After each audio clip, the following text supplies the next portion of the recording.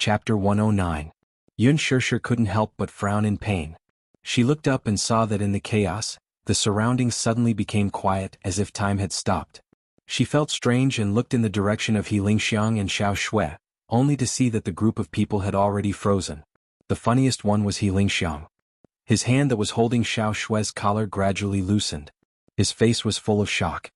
His pair of absent-minded eyes stared in the direction behind her, and fear slowly appeared in his eyes. His companion, who was standing beside him, also stared at the person behind her with an extremely strange expression, as if he had seen a ghost. She retracted her gaze in astonishment and raised her head, only to see a fair and clean hand quietly stretching out in front of her. Under the sunlight, the silver buttons on the sleeves of the suit reflected the dazzling light. This was a man's hand, but it was very well maintained. The fingertips were moist and flawless, and the joints were slender. Yun Shirshir raised her head, only to be met with a pair of deep, almond-shaped eyes. The handsome man in front of her stood tall and elegant.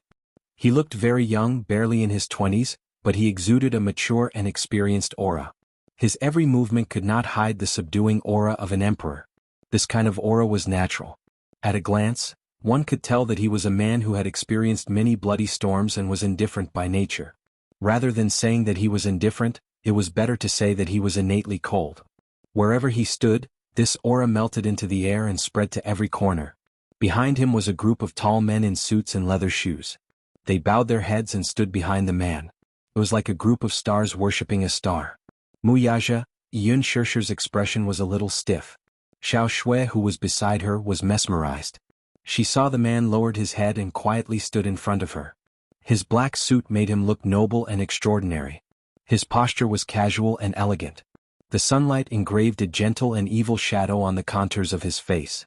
At this moment, from her angle, there was some backlight, so she couldn't see his face clearly. But even so, she caught a glimpse of his extraordinarily handsome facial features that were shockingly beautiful. They were exquisite, like the work of the gods. His handsome eyebrows and well-defined facial features seemed to be mixed with the noble blood of ancient Europe. He was cold and arrogant, but there was a kind of elegant charm unique to Eastern men between his eyebrows, deep and flirtatious. Without a doubt, this was an extremely handsome man. However, this handsomeness was absolutely not just on the surface. It was as if he was born with it in his bones. He was like an emperor of the ancient times, noble and arrogant. His standing still attracted the attention of the men in suits behind him. They were a little curious about what kind of person could attract their master's attention, so they all looked over and their gazes fell on her. Yun Shirshir suddenly felt like her body was being pricked by sharp needles. She supported herself on her knees and tried to stand up, but ignored the man's outstretched hand. Chapter 110. The man naturally saw the proud and stubborn attitude on her face. He slowly retracted his hand and tightened his sleeves. However, he did not say anything for a long time. His thin lips parted slightly, and the corners of his mouth slowly curled up, outlining an unfathomable arc. Yun Shirshir saw that his gaze was always on her, and she felt a little uncomfortable. She didn't understand. Who was this man? Why was she always able to meet him when she was down and out? Yun Shirshir didn't want to pay attention to him. She patted the dust off her body and turned to leave. However, a cold and deep voice came from behind her. Stop. The man spoke very softly. His words were as precious as gold, but his voice was very pleasant. It was deep and full of magnetism. It was mellow like aged wine. One sip and it was easy to get drunk. She slightly paused and turned around to look at the man. Her eyebrows knitted even deeper. Mister, what can I do for you? You're leaving just like that? Muyaja found it funny. Other women couldn't wait to get close to him when they saw him, but she avoided him like he was the plague. Could it be that she was guilty? Muyaja's lips curved into a smile. This unfathomable smile made Yun Shirshir feel a little dazzled. She said indifferently, I'm not familiar with you, right? Her tone was a little impatient and even very distant. Hearing this, the attendants behind her were stunned. They had never seen anyone who dared to speak so rudely in front of the young master. It had to be known that with the young master's noble status and background, even the government officials had to be courteous. Therefore, when they saw her being so rude, their faces immediately showed disgust. However, the man wasn't angry at her cold expression. He took a few steps closer to her, and the smile on his lips deepened. He whispered in her ear, Not familiar? But, we've slept together. Yun Shirshir's face was tense for a moment. She smiled faintly, but her voice was cold. Mr. Mu, so you're shameless? Shameless? Is that shameless? Mu Yaja smiled deeply. Do you want to see something even more shameless? She naturally didn't know the identity of the man in front of her, and Xiao Shui naturally didn't care about the origin of the man, but it didn't mean that He Lingxiang and the others didn't know. She was so close to him, so flirtatious, that everyone present was even more shocked. Especially He Lingxiang's group, they more or less understood the status of men. He Lingxiang had been in the circle for so many years and had seen countless people. He more or less had to be clear about the people and families at the peak of the world. After all, he couldn't simply offend them. Who exactly was this mysterious young man? They had never seen him before and they didn't know what his identity was. However, there were some familiar faces in the crowd behind the man. Although they were now bowing their heads and following behind the man submissively, any one of them was a big shot in the underworld who would cause people to change their faces. For example, the middle-aged man standing at the back of the group was one of the top bosses in the capital. He was in charge of the businesses of several groups and supported several groups of forces. He was the current master of the capital's underworld, and his words were absolute. Chapter 111. In this day and age, there weren't many people who did business with clean hands. The reason why they were able to rise miraculously in the business world in the past 2 years was that they had some kind of unclear relationship with the underworld. It was said that a few of them had made a fortune by smuggling, and now they were doing very well. Among them, there was no lack of high-ranking officials and leaders from other provinces and even the government. Most of them had great power in Jingdu, but they were rarely seen. All of them held great power and were important. As for the few tall men standing in front of the crowd, after He Lingxiang recognized them, their faces couldn't help but turn pale. These people were from the Mu family. The Mu family was a famous and huge family. They were also the descendants of the largest family in the country and even in Asia. However, He Lingxiang did not know anything about his background. It wasn't that he didn't have enough information, but with his status, he didn't have the right to ask. This family could be said to be secretive in the underworld, never revealing their talents. He only heard that the Mu family had a big business and the forces under them were both from the underworld and the underworld. Years ago, the Mu family had established Dishing Financial Group through bleaching, and the industry chain under their name was entrenched in the global financial industry. The outside world called this low-key but prominent family business the Mu Empire. Whether it was in the country Asia, North America, or some countries in Western Europe, the Mu family's power spanned across the board and was the revered leader. With the Mu family's century-old business and foundation, people who weren't in charge of the Mu family didn't know how vast the Mu family's business was. He only heard that a few years ago, a country had run into the Mu family's gun because of some political conflict. That year, Dishing Financial Group withdrew all its investments from the country's industries and cancelled all long-term transactions. This caused the country's economy to rapidly regress to the pre-liberation era. The country had no choice but to tighten its belt and learn to be a better person. Each of these big shots could shake the earth and shake the mountains, but now they were all standing respectfully behind the man. He Lingxiang only felt fear toward the identity of the man in front of him. However, this Yun Shishir dared to give this man a hard time in front of so many people? He Lingxiang sneered in his heart. Wasn't this a slap to his face in front of so many people? She was afraid that her end would not be pretty. His heart was filled with pride. Sure enough, he saw a fierce-looking, cold-faced man in the crowd about to step forward and teach this girl who didn't know what was good for her. However, when he raised his head, he saw that his master had turned his face slightly. His expression was extremely cold, and that gaze contained a hidden warning. His heart trembled and he immediately understood. He immediately retreated without batting an eyelid. They didn't understand the man's intentions. The young girl in front of him was neither a relative nor a friend, yet she kept giving him attitude. This was clearly a great disrespect to the boss. However, the boss did not seem to be angry at all. Could it be that their master's iron tree had blossomed? Boss, who had never been interested in women, was finally enlightened? One had to know that the boss was young and full of vigor. He was in the prime of his life, but he had always been cold and unfeeling. Chapter 112. There were rumors and slanders about him. Although he had a fiancée in name, they seemed to be in love with each other. Some people even speculated that there was something fishy about his sexual orientation. Otherwise, there was a problem in that area. However, these were all just people's guesses. There were also rumors that his fiancée was infertile. Mu Yichen's biological mother was someone else. Grandpa Mu had been anxious all these years.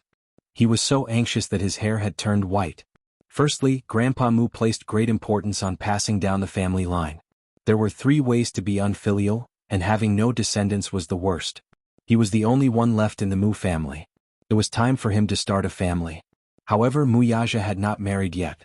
Mu Wanru's so-called fiancé had become a joke. Secondly, Grandpa Mu had heard a lot of rumors from the outside world, and he was annoyed by them. He had been busy looking for surrogate mothers for Mu Yichen all these years. From international socialites to the daughters of the upper class, he had paid attention to those who were well matched in terms of social status. However, Grandpa Mu had seen many people, but he did not like many of them. He was even more strict than the emperors in ancient times. As they thought about this, they looked at each other and exchanged a few glances. They were well aware of each other's guesses.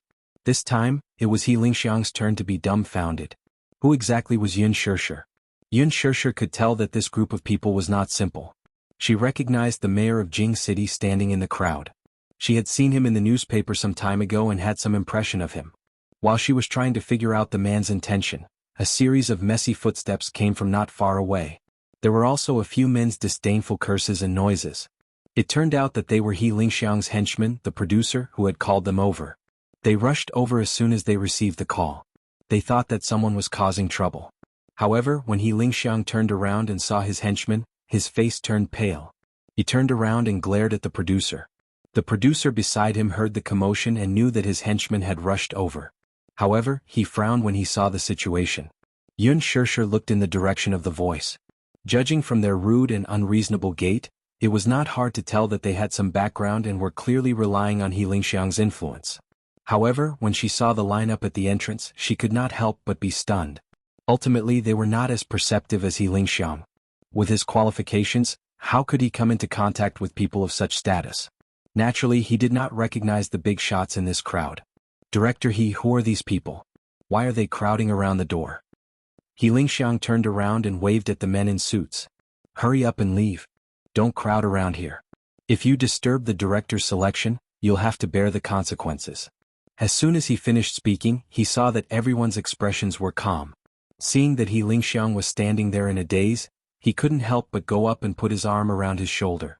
The young man smiled and said, Director He, who are these people? Could it be that these brats have eyes but fail to recognize Mount Tai and are looking for trouble with you? He pointed at Xiao Shui. He Lingxiang's face turned even paler.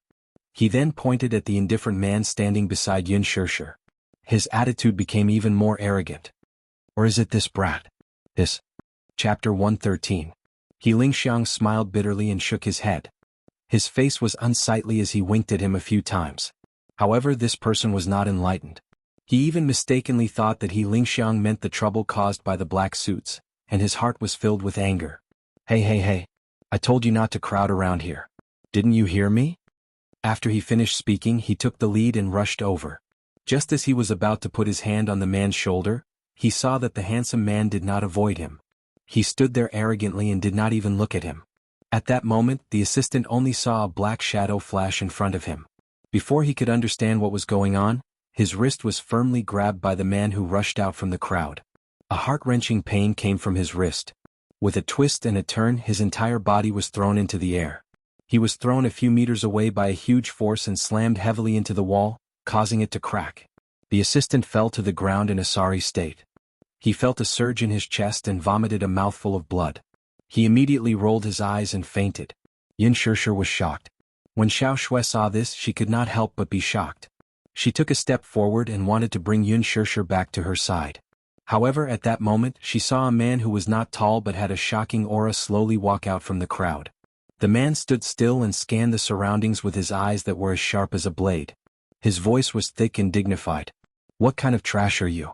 Do you think you have the right to act rashly in my territory? When these words came out, He Lingxiang and the rest were so shocked that they immediately knelt on the ground. Their bodies were trembling and they did not dare to make a sound. The one who spoke was Lin Xiaojing, the leader of the Qingyang gang, one of the most powerful men in the capital. Speaking of Lin Xiaojing, his position was not shallow. He could be considered the leader of the Qingyang gang in Beijing. Now, most of the organizations in Beijing were completely controlled by the Qingyang gang. Many management companies in the entertainment industry had some background in both the underworld and the underworld. The Qingyang gang supported several management companies. The headquarters of the Qingyang gang was located in the capital and had many branches. It had hundreds of thousands of members, which showed its influence. Lin Xiao was the head of such a gang, which meant that he was the highest leader of the gang. This area was nominally under his jurisdiction. Therefore, for someone to cause trouble in his territory, let alone in front of a big shot from the Mu family in the capital, this was an act of insubordination. He glanced at He Ling Xiangyuan, who was kneeling on the ground silently, and asked, "What's your name?" He Ling Xiang was shocked. He was terrified of Lin Feng's threat. Suddenly he thought of something. He raised his head and carefully said, "Boss Lin. In fact, I am. Your voice is too soft. I can't hear you," Lin Xiaojing said impatiently. He Ling Xiang closed his eyes and mustered his courage to raise his voice. "My name is He Ling Xiang. May I ask, this is?" He smiled apologetically as he carefully looked at the tall man who was surrounded by the crowd. Respect immediately appeared on Lin Xiaojing's face as he said to He Ling Xiang, "Is Dishing Financial Group's chairman Mu someone of your status can inquire about?" He Ling Xiang, who had always been arrogant, could not help but be shocked. He said incoherently, "Forgive me for being presumptuous, but I didn't know how to appreciate favors. I actually didn't recognize that this is Dishing Financial Group's chairman Mu." Chapter 114. He was trembling with fear when he was suddenly interrupted by an abrupt voice. "What's the matter? Why are there so many people at the entrance?" Lin Fengtian had just walked out of the audition venue when he vaguely heard a strange commotion downstairs. He hurried over only to see such a scene. While he was still in shock, he caught sight of the slender figure in the crowd and said with a curious expression, "Chairman Mu. What brings you here today?" Mu Yaja glanced at him coldly but did not bother with him. In such a big company like Huanyu, Lin Fengtian was, without a doubt, the most wily old fox. Unfortunately, this person was a little special and had some tricks up his sleeve. He was a rare talent, so Mu Yaja could not be bothered with him. Lin Fengtian chuckled. He turned his gaze and saw Yun Shishir, who was tightly protected by Xiao Shui, and understood what had happened. "Brother Mu." Suddenly, a shy and sweet figure barged in. Everyone turned around and saw a well-dressed girl in an aqua blue pleated dress running toward Mu Yaja happily. She pushed away Yun Shishir, who was standing in front of Mu Yaja. Where did this woman come from to block Brother Mu? What an eyesore. She secretly glared at Yun Shishir before turning to face Mu Yaja with a charming smile. "Brother Mu, why are you here? Did you specially come here to see me?" Lu Jingtian, 20 years old, was the eldest daughter of the capital's military and political elite. She was also the top socialite of the upper class. The Mus and Lus had been on good terms for generations, so there was a rumor that Lu Jingtian was originally the crown princess that old Master Mu had his eyes on. Unfortunately, the concubine had feelings for him, and the man had no such intentions. The young master of the Mu family had watched her grow up, so the two had a close relationship. Lu Jingtian, the eldest daughter of the Lu family, had a crush on the young master of the Mu family. This was no secret in the capital's rich and powerful families. Mu Yaja took great care of Lu Jingtan, doting on her no matter how trivial the matter was. He treated her like his most beloved younger sister. However, to Mu Yaja their relationship was just that. Lu Jingtian stared at him in a daze. The name Mu Yaja had left a deep imprint in her heart. Just hearing it made her heart go numb. How much did she love this man whom she had admired since she was young? Even in her dreams, she hoped that he would take a second look at her. Alas, his eyes seemed to be looking in Yun Shishir's direction, and she could not help but steal a few more glances at him. In her heart, she admitted that this girl was very beautiful. Huanyu Corporation controlled almost half of the entertainment industry. Having followed Mu Yaja around, she could be said to have seen countless people and had seen many beautiful women. However, what she could not help but be jealous of was that this girl's looks were different from those who were vulgar. She was delicate, elegant, and natural, without a trace of impurity. It was as if all the beautiful words in the world could not be used to describe this girl's otherworldly beauty. She had overheard Lin Fengtian's words not far away, and she felt even more jealous. The reason why Lu Jingtian wanted to enter the entertainment industry was none other than to appear in Mu Yaja's sight more often. Lin Fengtian was the ace director she dreamed of befriending, but she seemed to have heard that this big shot was willing to lower himself and take the initiative to sign a contract with this girl. Chapter 115. At the thought of this, panic flashed across her heart. Seemingly wanting to establish her high and mighty status, she immediately turned to face Mu Yaja with a smile. "Brother Mu, why are you ignoring me?" Mu Yaja lowered his eyes slightly and finally saw her for the first time with his slightly cold eyes. "Director Lin is here today too. He's a judge. Why don't we have coffee together after this audition?" Lu Jingtian naturally hooked her arm around his. Her coquettish tone sounded very intimate to outsiders.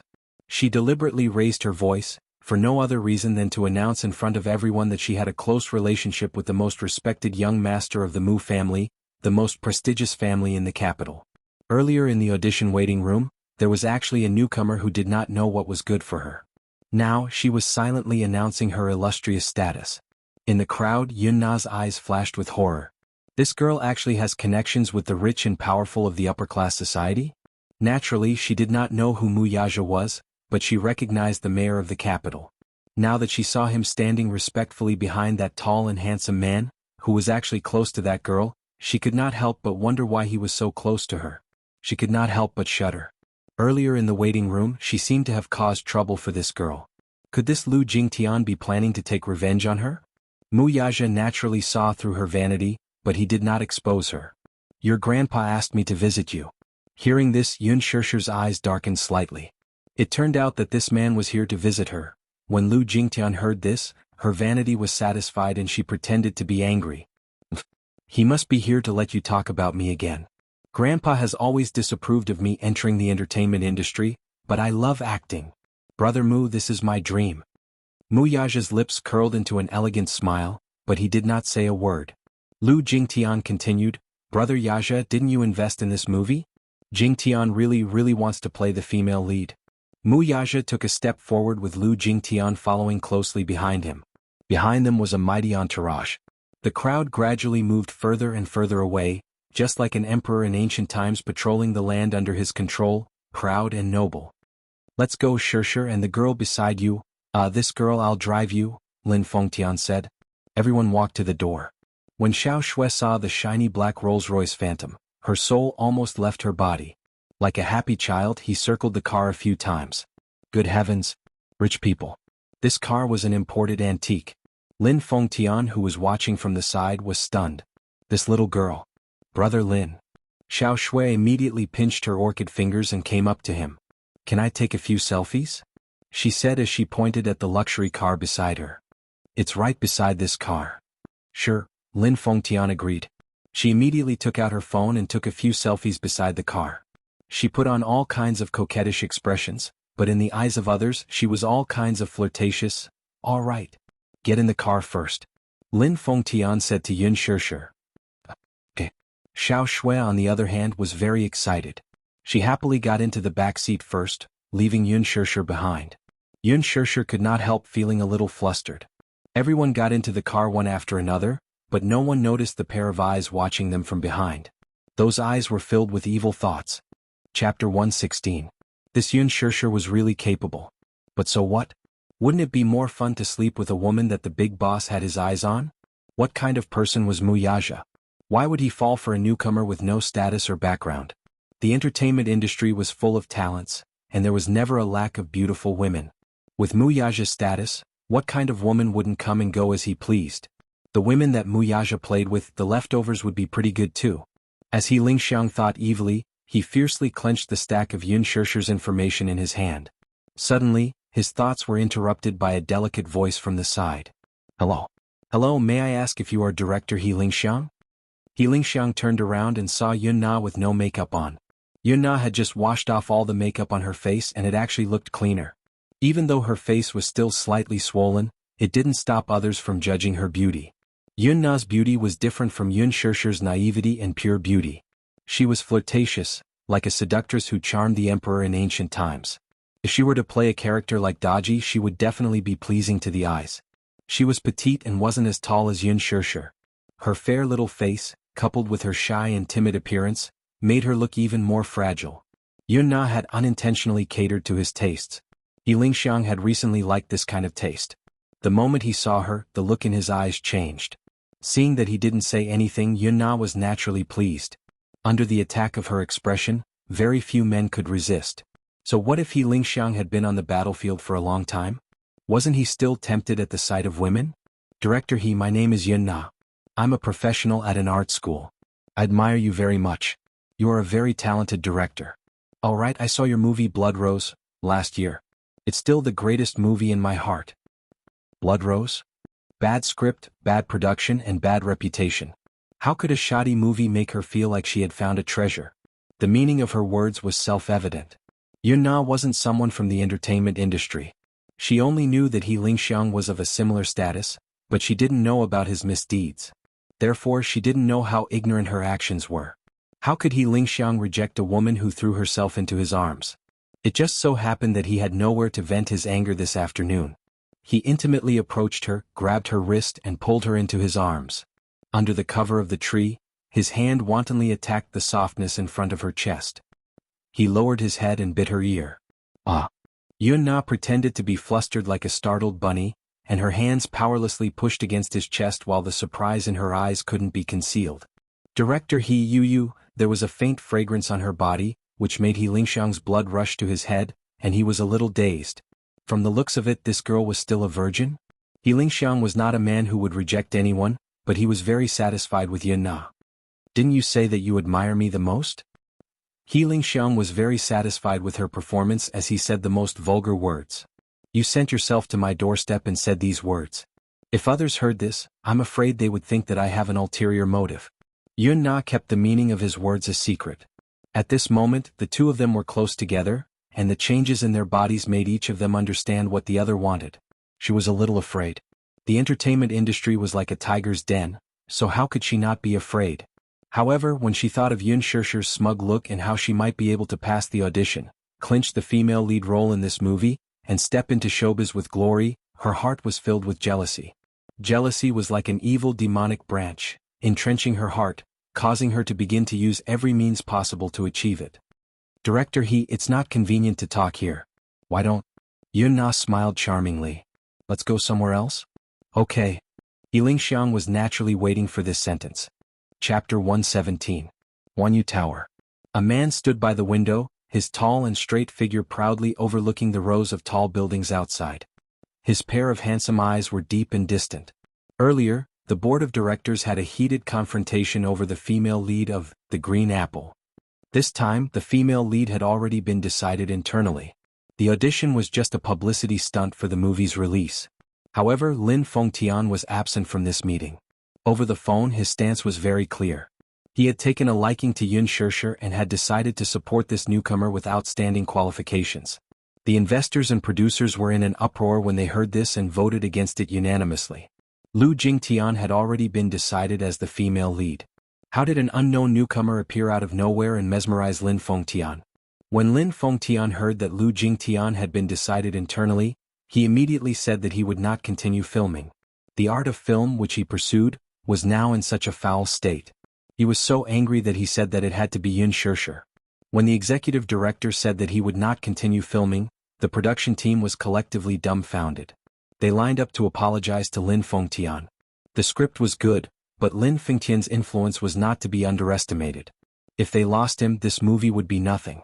Without him, the box office appeal would collapse by half. The meeting ended on bad terms. Lu Jingtian, who was standing at the side, had also witnessed the actress's audition. Recalling that breathtakingly beautiful scene, she could not help but feel a little jealous. This person called Yun Shishir had skillfully portrayed Yin Xiaochuan's most essential innocence and beauty with her skillful acting. She was originally quite satisfied with her audition performance, but now that she saw it again, it was obvious who was better. Her crying scene was too pretentious. She's quite opportunistic, huh?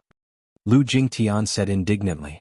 She raised her head to look at Mu Yaja and asked in a half-aggrieved and half-tentative manner, Brother Mu, you'll definitely get the female lead role in this movie.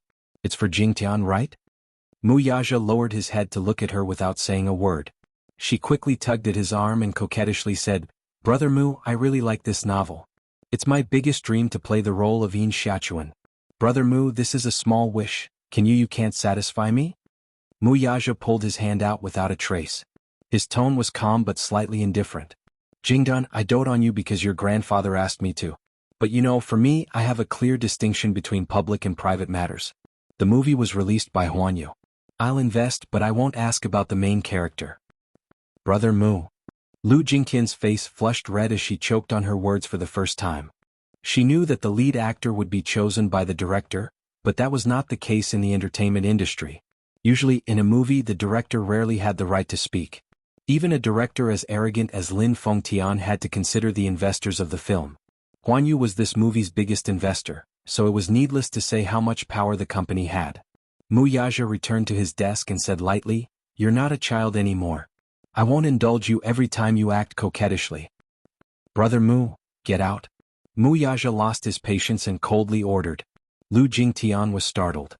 She knew that he had lost his patience, so she did not dare to anger him further and retreated resentfully. Just as she left, Aaron knocked on the door and entered. "Chairman Mu." Mu Yaja leaned gracefully against the back of his chair and looked at him with a pair of sharp eyes. Chapter 118. For some reason, the man's deep gaze made him shudder. He suddenly felt uneasy. Perhaps due to his guilty conscience, he did not even dare to raise his head. This man stood at the pinnacle of power. With a wave of his hand he could turn the world upside down. His king-like aura seemed to be innate and intimidating. He, on the other hand, had betrayed this terrifying man. Until now he was still in a state of shock. If the president found out that the investigation report had been tampered with, he would personally eliminate him. Just as he was lost in thought, Mu Yaja looked up and called, "Aaron." "Yes," Mu Yaja asked with a half-smile, "How long have you been with me?" "Boss, I've been with you for 4 years," he answered submissively. Mu Yaja replied faintly, "I valued you back then because of your outstanding ability. You said you wouldn't let me down." "Yes. I was groomed by you, boss, and I'll be loyal to you for the rest of my life." Mu Yaja nodded and raised his hand with an unfathomable expression. There was a group photo between his fingers. Aaron carefully took the photo and saw the silhouette of a child walking out of a kindergarten with a small school bag. Despite the distance, the child's facial features were clearly presented in terms of angle and resolution. At first glance, the child was 99% similar to Mu Yichen. Whether it was their eyebrows, facial features, or even their mannerisms, the two children seemed to be carved from the same mold. Could there be two identical leaves in the world? This photo was taken by a private investigator hired by Mu Yaja. When the old man received the photo, he rushed to Mu Yaja's office in a fit of rage. He pointed at him and fumed. "Bastard! You have an illegitimate child outside? Are you trying to anger me to death? No wonder you're unwilling to marry Ro. Do you have other women outside?" Mu Yaja was also stunned when he saw the photo. It was no wonder Grandpa Mu was so furious. This child was too similar to him. Especially that pair of eyebrows, which seemed to have perfectly replicated his silhouette. Bloodline was a very mysterious thing. It couldn't be hidden from anyone's eyes. There was no doubt that this was his flesh and blood, and he even disdained to use other methods to verify it. There would be a mystical connection between father and son. It could be said that it was telepathy, but it was hard to explain. It was a kind of bond that dissolved into the blood and bones. This child had been hidden by that woman for as long as 6 years? What were her intentions? Could it be that she coveted glory and wealth and wanted to marry into a rich family with her son? But she didn't seem like a despicable woman. Mu Yaja had also investigated the woman's background. Alan had also given him an investigation report, and there was no problem, unless someone had tampered with the report. Who could it be? Therefore he couldn't help but suspect this personal assistant. Could it be that his closest assistant was disloyal to him? As Mu Yaja looked at him with a hint of scrutiny, Alan's back turned cold. It wasn't that he hadn't seen the president's methods before. He was extremely vicious. He didn't even dare to imagine what would happen to him if the president saw through his tricks. "Alan, I'll give you one more chance. Give me a satisfactory answer." Chapter 119. As Aaron was leaving the office, he bumped into Mu Wanru, who was standing outside the door.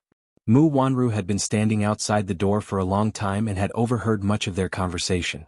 Her face was now ashen and she looked terrible. His expression changed slightly as he exclaimed, "Ma'am, shut up." Mu Wanru glared at him fiercely.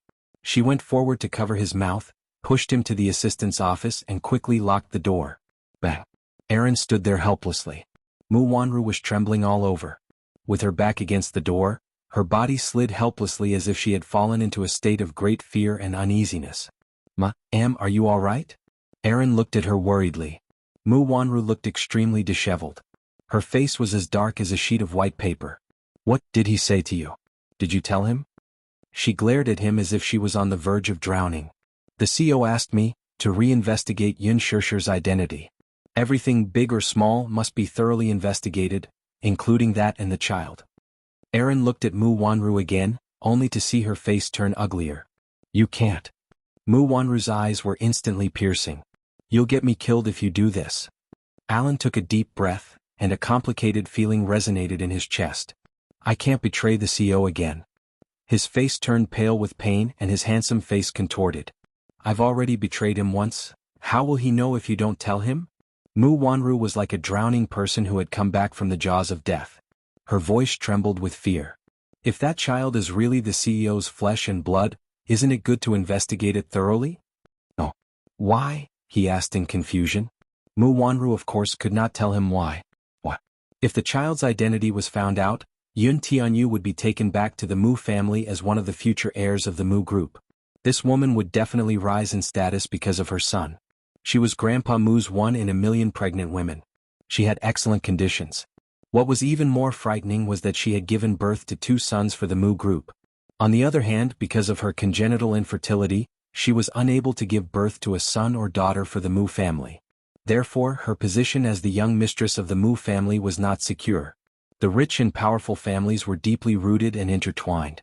If they did not have children to support them, they would not be able to consolidate their position.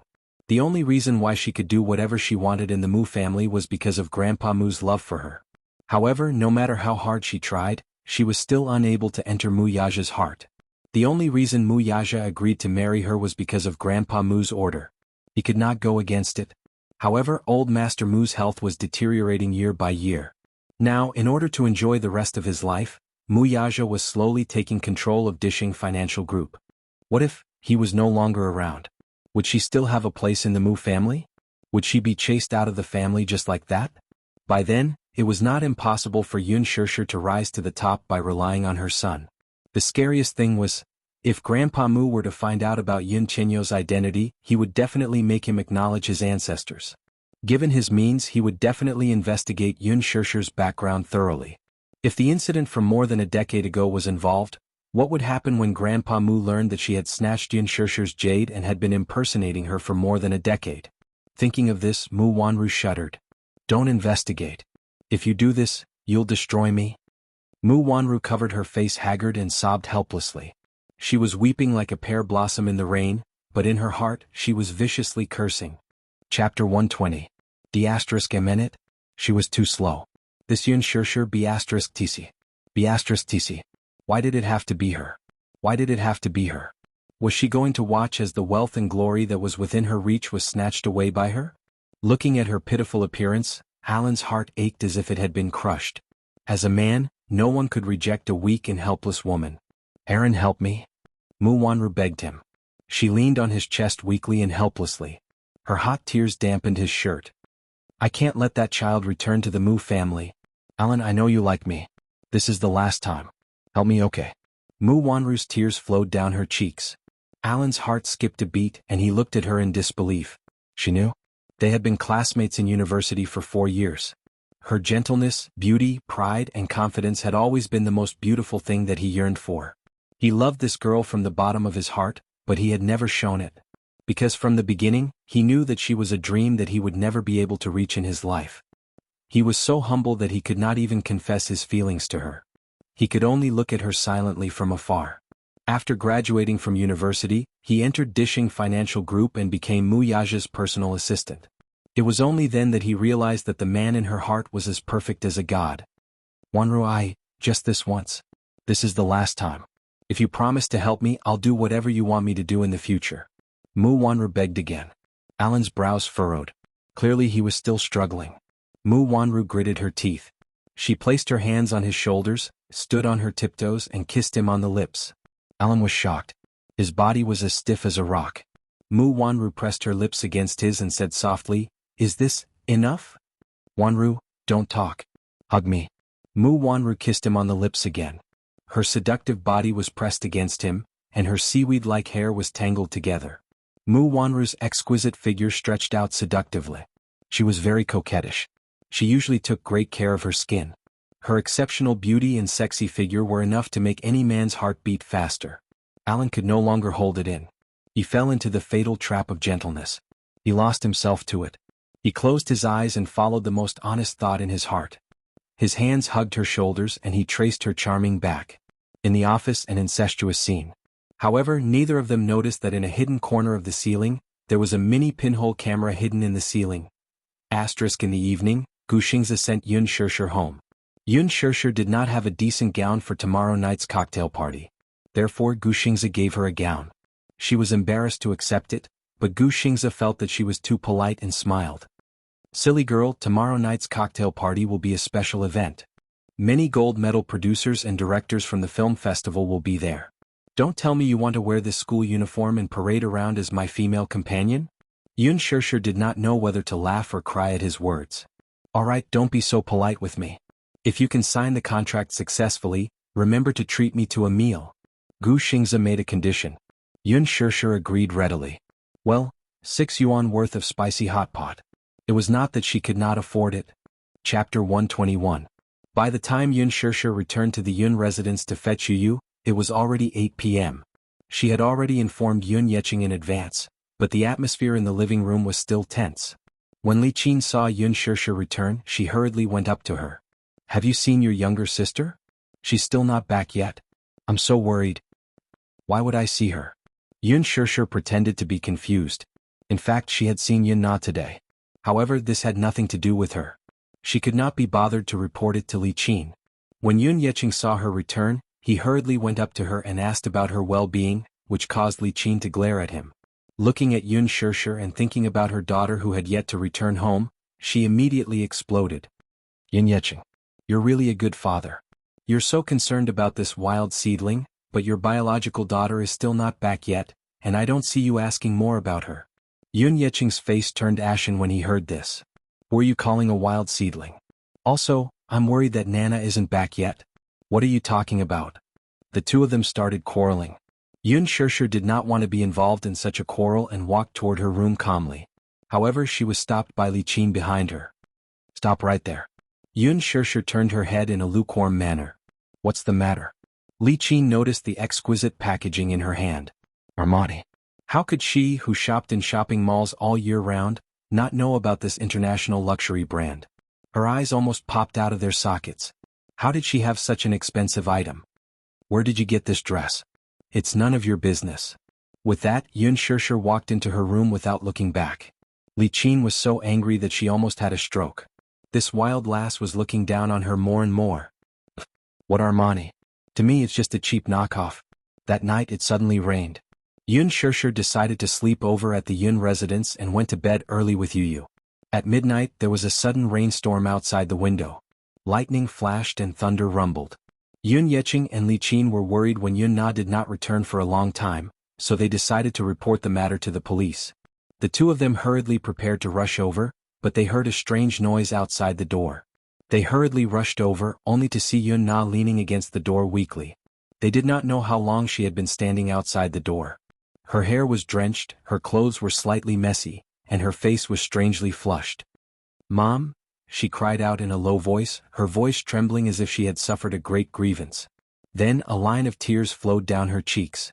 Li Qin felt as if a knife was being twisted in her heart. What's wrong? Nana, come in first.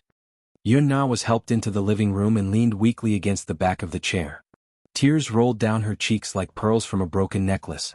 Li Qin looked at her anxiously, her heart aching. Nana, what's wrong? Tell me who bullied you. Yun Na continued to weep but didn't say anything. Right now her intestines were probably green with regret. This He Lingxiang looked dignified on the surface, but he was actually a beast in human clothing, and a beast among beasts. This afternoon He Lingxiang brought her to a private clubhouse. She thought that she had hooked up with a big tree and was feeling complacent. If she could gain his favor, she might be able to step into the entertainment industry with glory and no longer have to look at Yun Shishir's eyes. Chapter 122. If she could rely on such a backer, her acting career could be said to be unstoppable. Yun Na naively thought that He Lingxiang was bringing her to meet some producer. After all, he had a lot of connections. Little did she know that she had entered a wolf's den of debauchery. She did not want to recall what had happened tonight. She only remembered that before He Lingxiang sent her home, he gave her an invitation and whispered in her ear, I heard that Gu Xinghe has invited your sister to attend Huanyu's annual gala tomorrow night. You should attend this gala too. As he said that, a smile with ulterior motives appeared on his face. Tomorrow night you and your sister will serve me well. Don't worry, I'll give you benefits. Just imagining the scene of sex was enough to make He Lingxiang impatient. The feeling of having two beautiful sisters together was self-evident. Yun Na suppressed her disgust and grievance and forced a smile. She did not want to be with Yun Shirshir. What if it backfired and He Lingxiang did not support her and Yun Shirshir instead? She was like a slave today, serving the bosses one by one with a smile. She had suffered great humiliation and did not want to suffer a double loss in the end. She whined, "You're so annoying. Director He, isn't it enough for me alone? Don't worry. Little sweetheart, you're so hot. Of course I'll dote on you the most. Don't worry, I won't fall in love with someone else." Yun Na only felt more at ease after He Lingxiang's promise. Li Qin naturally did not know what had happened to her. Seeing her in a daze, she blurted out, "Daughter, have you gone for the audition?" Yun Yeqing raised his head in shock when he heard that. "Did you say that she went for an audition again?" She knew that she had let it slip and bit her lower lip resentfully. Yun Yeqing was furious and expected better from his daughter. "I told you to study hard, but you insisted on becoming an actress? What? Did we not let you have enough to eat or not have enough clothes to keep you warm? Why do you have to ruin yourself like this?" As soon as Yun Na heard the word spoil, she immediately felt aggrieved to the point tears streamed down her face, and she immediately cried out unwillingly, "Dad! Sister also went for the audition. Why don't you scold her?" "What?" Li Qin exclaimed in surprise. "She went for the interview too? How is this possible?" Her father defended her. "Your sister has always known her place. She won't step into showbiz." "Dad, you never believed me. If you don't believe me, you can ask her. Not only did she participate, she even passed. I saw her sit in a Rolls-Royce today. I don't know what tricks she used. Maybe she hooked up with some big boss." "Pa." Yun Na's face was slapped to the side. Covering her face, she turned to look at Yun Yeqing in shock. Her heart seemed to have broken into pieces. "Dad, you hit me?" Disappointment was written all over his face. "Nana, how can you say that about Shirshir? She's your sister. How does your sister usually treat you? Since you were young, I've always let you have all the good food and fun things, but what about you now? Saying bad things about her behind her back. What big boss? Shirshir isn't that kind of girl." "Why? Why didn't you scold her when she went for the audition, but when I went for the audition you scolded me? Am I your biological daughter?" Yun Na screamed at her father, breaking down. Chapter 123. One day the sun shone brightly in the morning. Yu woke up early and kicked Yun Shirshir out of bed. "Mommy, wake up." Yu shook her awake. "Today is a special day. Get up and exercise to prepare for the cocktail party tonight." Yun Shirshir was shocked. "Baby, how did you know that I'm going to the cocktail party tonight?" Yu looked at her coldly. "I also know that you're Gu Xing's female companion." Yun Shirshir was dumbfounded. "How did you know?" Yu held his forehead helplessly. How could he let his stupid mommy know that he was the one who arranged all of this? No matter what, work hard and earn money to support the family. Yu's future wife will depend on you, mommy? He knew how boring work in the entertainment industry was. On the surface, the stars were shining brightly, but very few people knew how hard it was behind the scenes. Therefore, he had to urge his precious mommy to exercise and improve her physical strength. Sob. "No, Yu, don't get married. Just take care of mommy for the rest of my life." Yun Shirshir hugged Yu tightly. The mother and son changed into casual clothes and ran a few kilometers in the morning. Huanyu Corporation's annual cocktail party was at 7 o'clock in the evening. After yesterday's embarrassment, Yun Na felt uncomfortable all over. When she woke up, there was no one in the house. She felt hungry and wanted to find something to eat in the fridge. However, when she passed by Yun Shirshir's room, she stopped in her tracks and glanced at it silently. She was a little tempted. She was curious and suddenly wanted to know what was in Yun Shirshir's exquisite bag. She heard from her mother that Yun Shirshir didn't come home yesterday with an exquisite luxury bag. She couldn't help but recall what He Lingxiang told her yesterday. Gu Xingze invited her to Huanyu's cocktail party to be his female companion. Yun Na was extremely jealous when she heard that. Gu Xingze was a godlike figure in her heart. How could a bastard like Yun Shirshir be worthy of being Gu Xingze's female companion? The more she thought about it, the more jealous she became. She did not know what kind of vixen this Yun Shirshir was. What right did she have to gain the favor of so many producers and directors? She had worked so hard and sacrificed so much just to get the chance to attend tonight's gala, yet she had done nothing and was just trying to curry favor with the rich and powerful. At most, she was just a plaything for the rich and powerful for a while. Once they got tired of her, they would throw her away. Get rich? What wishful thinking. Yun Na walked to the door and tried to open it. The door wasn't locked. This idiot was still so unguarded. She thought proudly and walked in confidently. Yun Shirshi's room was very clean.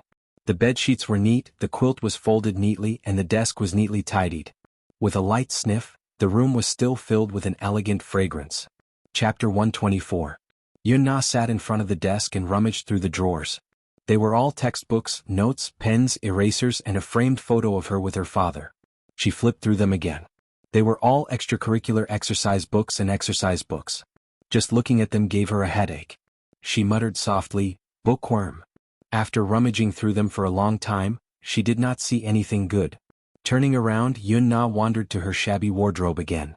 She opened the wardrobe and saw old clothes that had been washed white. Until she saw the exquisite handbag. Armani, it was actually Armani. She flipped it out and saw that it was an exquisite and luxurious gown. Oh my god, this was Armani's latest product released this spring. Yun Na often shopped in shopping malls, so she knew some of the expensive brands. She liked to dress up, but those clothes were too expensive. Her mother did not allow her to buy them because she felt that it was too extravagant. However, looking at Yun Shirshi's gown, who gave it to her. Yun Na had seen this gown at a fashion show on TV before. She liked it very much. However, the price tag of 100,000 yuan shocked her. She did not expect Yun Shirshir to have this gown. An unknown jealousy was slowly twisting in her heart. Why was she treated so well? Why was she chosen by so many directors and given such a beautiful and expensive gown? She was clearly such a lowly B***starred, but she was treated so well by her father when she came back. One had to know that ever since she was young, her father had never doted on her like he did on Yun Shirshir. This B***starred had snatched away the love that originally belonged to her. As Yun Na thought of this, she suddenly felt indignant. She took out the gown and changed in front of the mirror. Looking at the beautiful gown in the mirror, Yun Na curled her lips in satisfaction. She twirled a few times happily, and her heart was overjoyed. Yun Shirshir did not deserve such a good gown at all. Only she deserved to have it. Yun Shirshir was a lowly Cinderella and she was the princess. She was worried that she did not have a decent gown for tonight's cocktail party. Yun Na folded the clothes neatly. Out of the corner of her eye, she caught sight of an exquisite little box. A brocade box that seemed to be jewelry was quietly placed in the corner of the wardrobe. Out of curiosity, she reached out to take the box and carefully opened it. A magnificent and faint blue light flashed before her eyes. She often paid attention to jewelry magazines. This was the Vicomte from Van Cleef and Arpels Secret Garden series. It was one of a kind in the world. Yun Na sucked in a breath of cold air in shock. In the depths of her pupils, the word Vicomte lay quietly in the brocade box, emitting a bright and dazzling brilliance. So beautiful. So beautiful. It looked like a sapphire necklace, giving people a cold and elegant feeling. The necklace was actually made of countless small diamonds connected together. Such a necklace must be worth a lot of money. How could Yun Shirshir have such expensive jewelry? Such a beautiful necklace for her? What a pity. Yun Na's eyes flashed with jealousy. Why did it have to be her? Why did she have to be the one to get such a beautiful necklace? How could she be so lucky? Chapter 125. She knew that she couldn't take it away. Yun Shirshir would find out about this necklace sooner or later. However, as she gazed at the dazzling sapphire, Yun Na took a deep breath of cold air. After hesitating for a long time, she gritted her teeth hatefully and gripped the box tightly. She casually tidied up the wardrobe, returned to her previous appearance and rushed out of the door. Yun Na was still nervous and uneasy when she entered her bedroom. She felt a little guilty and her heart was beating like thunder. She locked the necklace in the wardrobe and only then did she calm down. She comforted herself in her heart. Anyway, Yun Shirshir wasn't wearing it. It was a pity, so she might as well give it to her. Even if she saw this necklace in the future, there were so many similar necklaces in the world. What reason could Yun Shirshir have to say that she stole her necklace? Anyway, it was her necklace. She could just insist on it. She could just say that she bought the exact same necklace. Anyway, she just liked this necklace. She would dress up and attend the cocktail party tonight. She would definitely amaze everyone. Then she wouldn't have to care about Yun Shirshir's attitude anymore. She must succeed. However, Yun Na still felt unusually guilty because she had done something wrong. She was afraid that Yun Shirshir would find out when she came back. She hurriedly took her clothes and necklace, called He Lingxiang and calmly left the house. Yun Shirshir returned home from her morning exercise. She planned to tidy up and go to the cocktail party. However, when she returned to her room, she found that it was a mess. The gown and necklace she had prepared were all gone. She panicked for a moment. Yu couldn't help but be shocked. He even suspected that a thief had broken into the house. However, he only understood when he saw the earrings that Yun Na had unintentionally left on the floor. His eyes couldn't help but turn cold. There was no lock in the room. He originally thought that Yun Na would learn from her mistake and wouldn't dare to go against his mother. Who knew that he would still be so bold? The phone screen suddenly lit up. Yun Shirshir saw that it was an unfamiliar number. She hesitated for a moment before answering the call. The phone screen suddenly lit up. She saw that it was an unfamiliar number. She hesitated for a moment before answering the call. Hello? Shirshir, are you home? Gu Xingzi's gentle voice came from the other end of the phone. Yeah, I'm at home. Gu Xingzi said, okay. Do you live in Pingyuan district? I'll be right there. Yes. However, something happened. Yun Shirshir rubbed her forehead with a headache. She looked back at her room and sighed helplessly. I'm really sorry. I might not be able to attend tonight's party. What happened?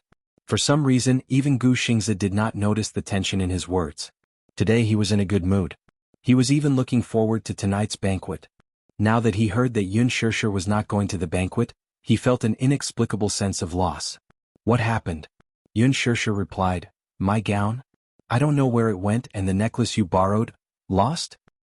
I'm not sure. When I got home, my room was in a mess. I was careless and forgot to lock the door. Gu Xingzi heaved a sigh of relief when he heard that. Oh, I thought it was something serious. His manager, Qin Zhou, who was eavesdropping on the conversation, couldn't help but cry out in frustration. Chapter 126. Oh, my little ancestor. That secret garden necklace is the treasure of Empress. Great-grandmother, how could you lose it? This necklace had a long history. He had mustered up his courage to borrow it from the director behind the CEO's back. If the boss were to find out, he would be in deep trouble. Forget it, let her come over first. It's still early.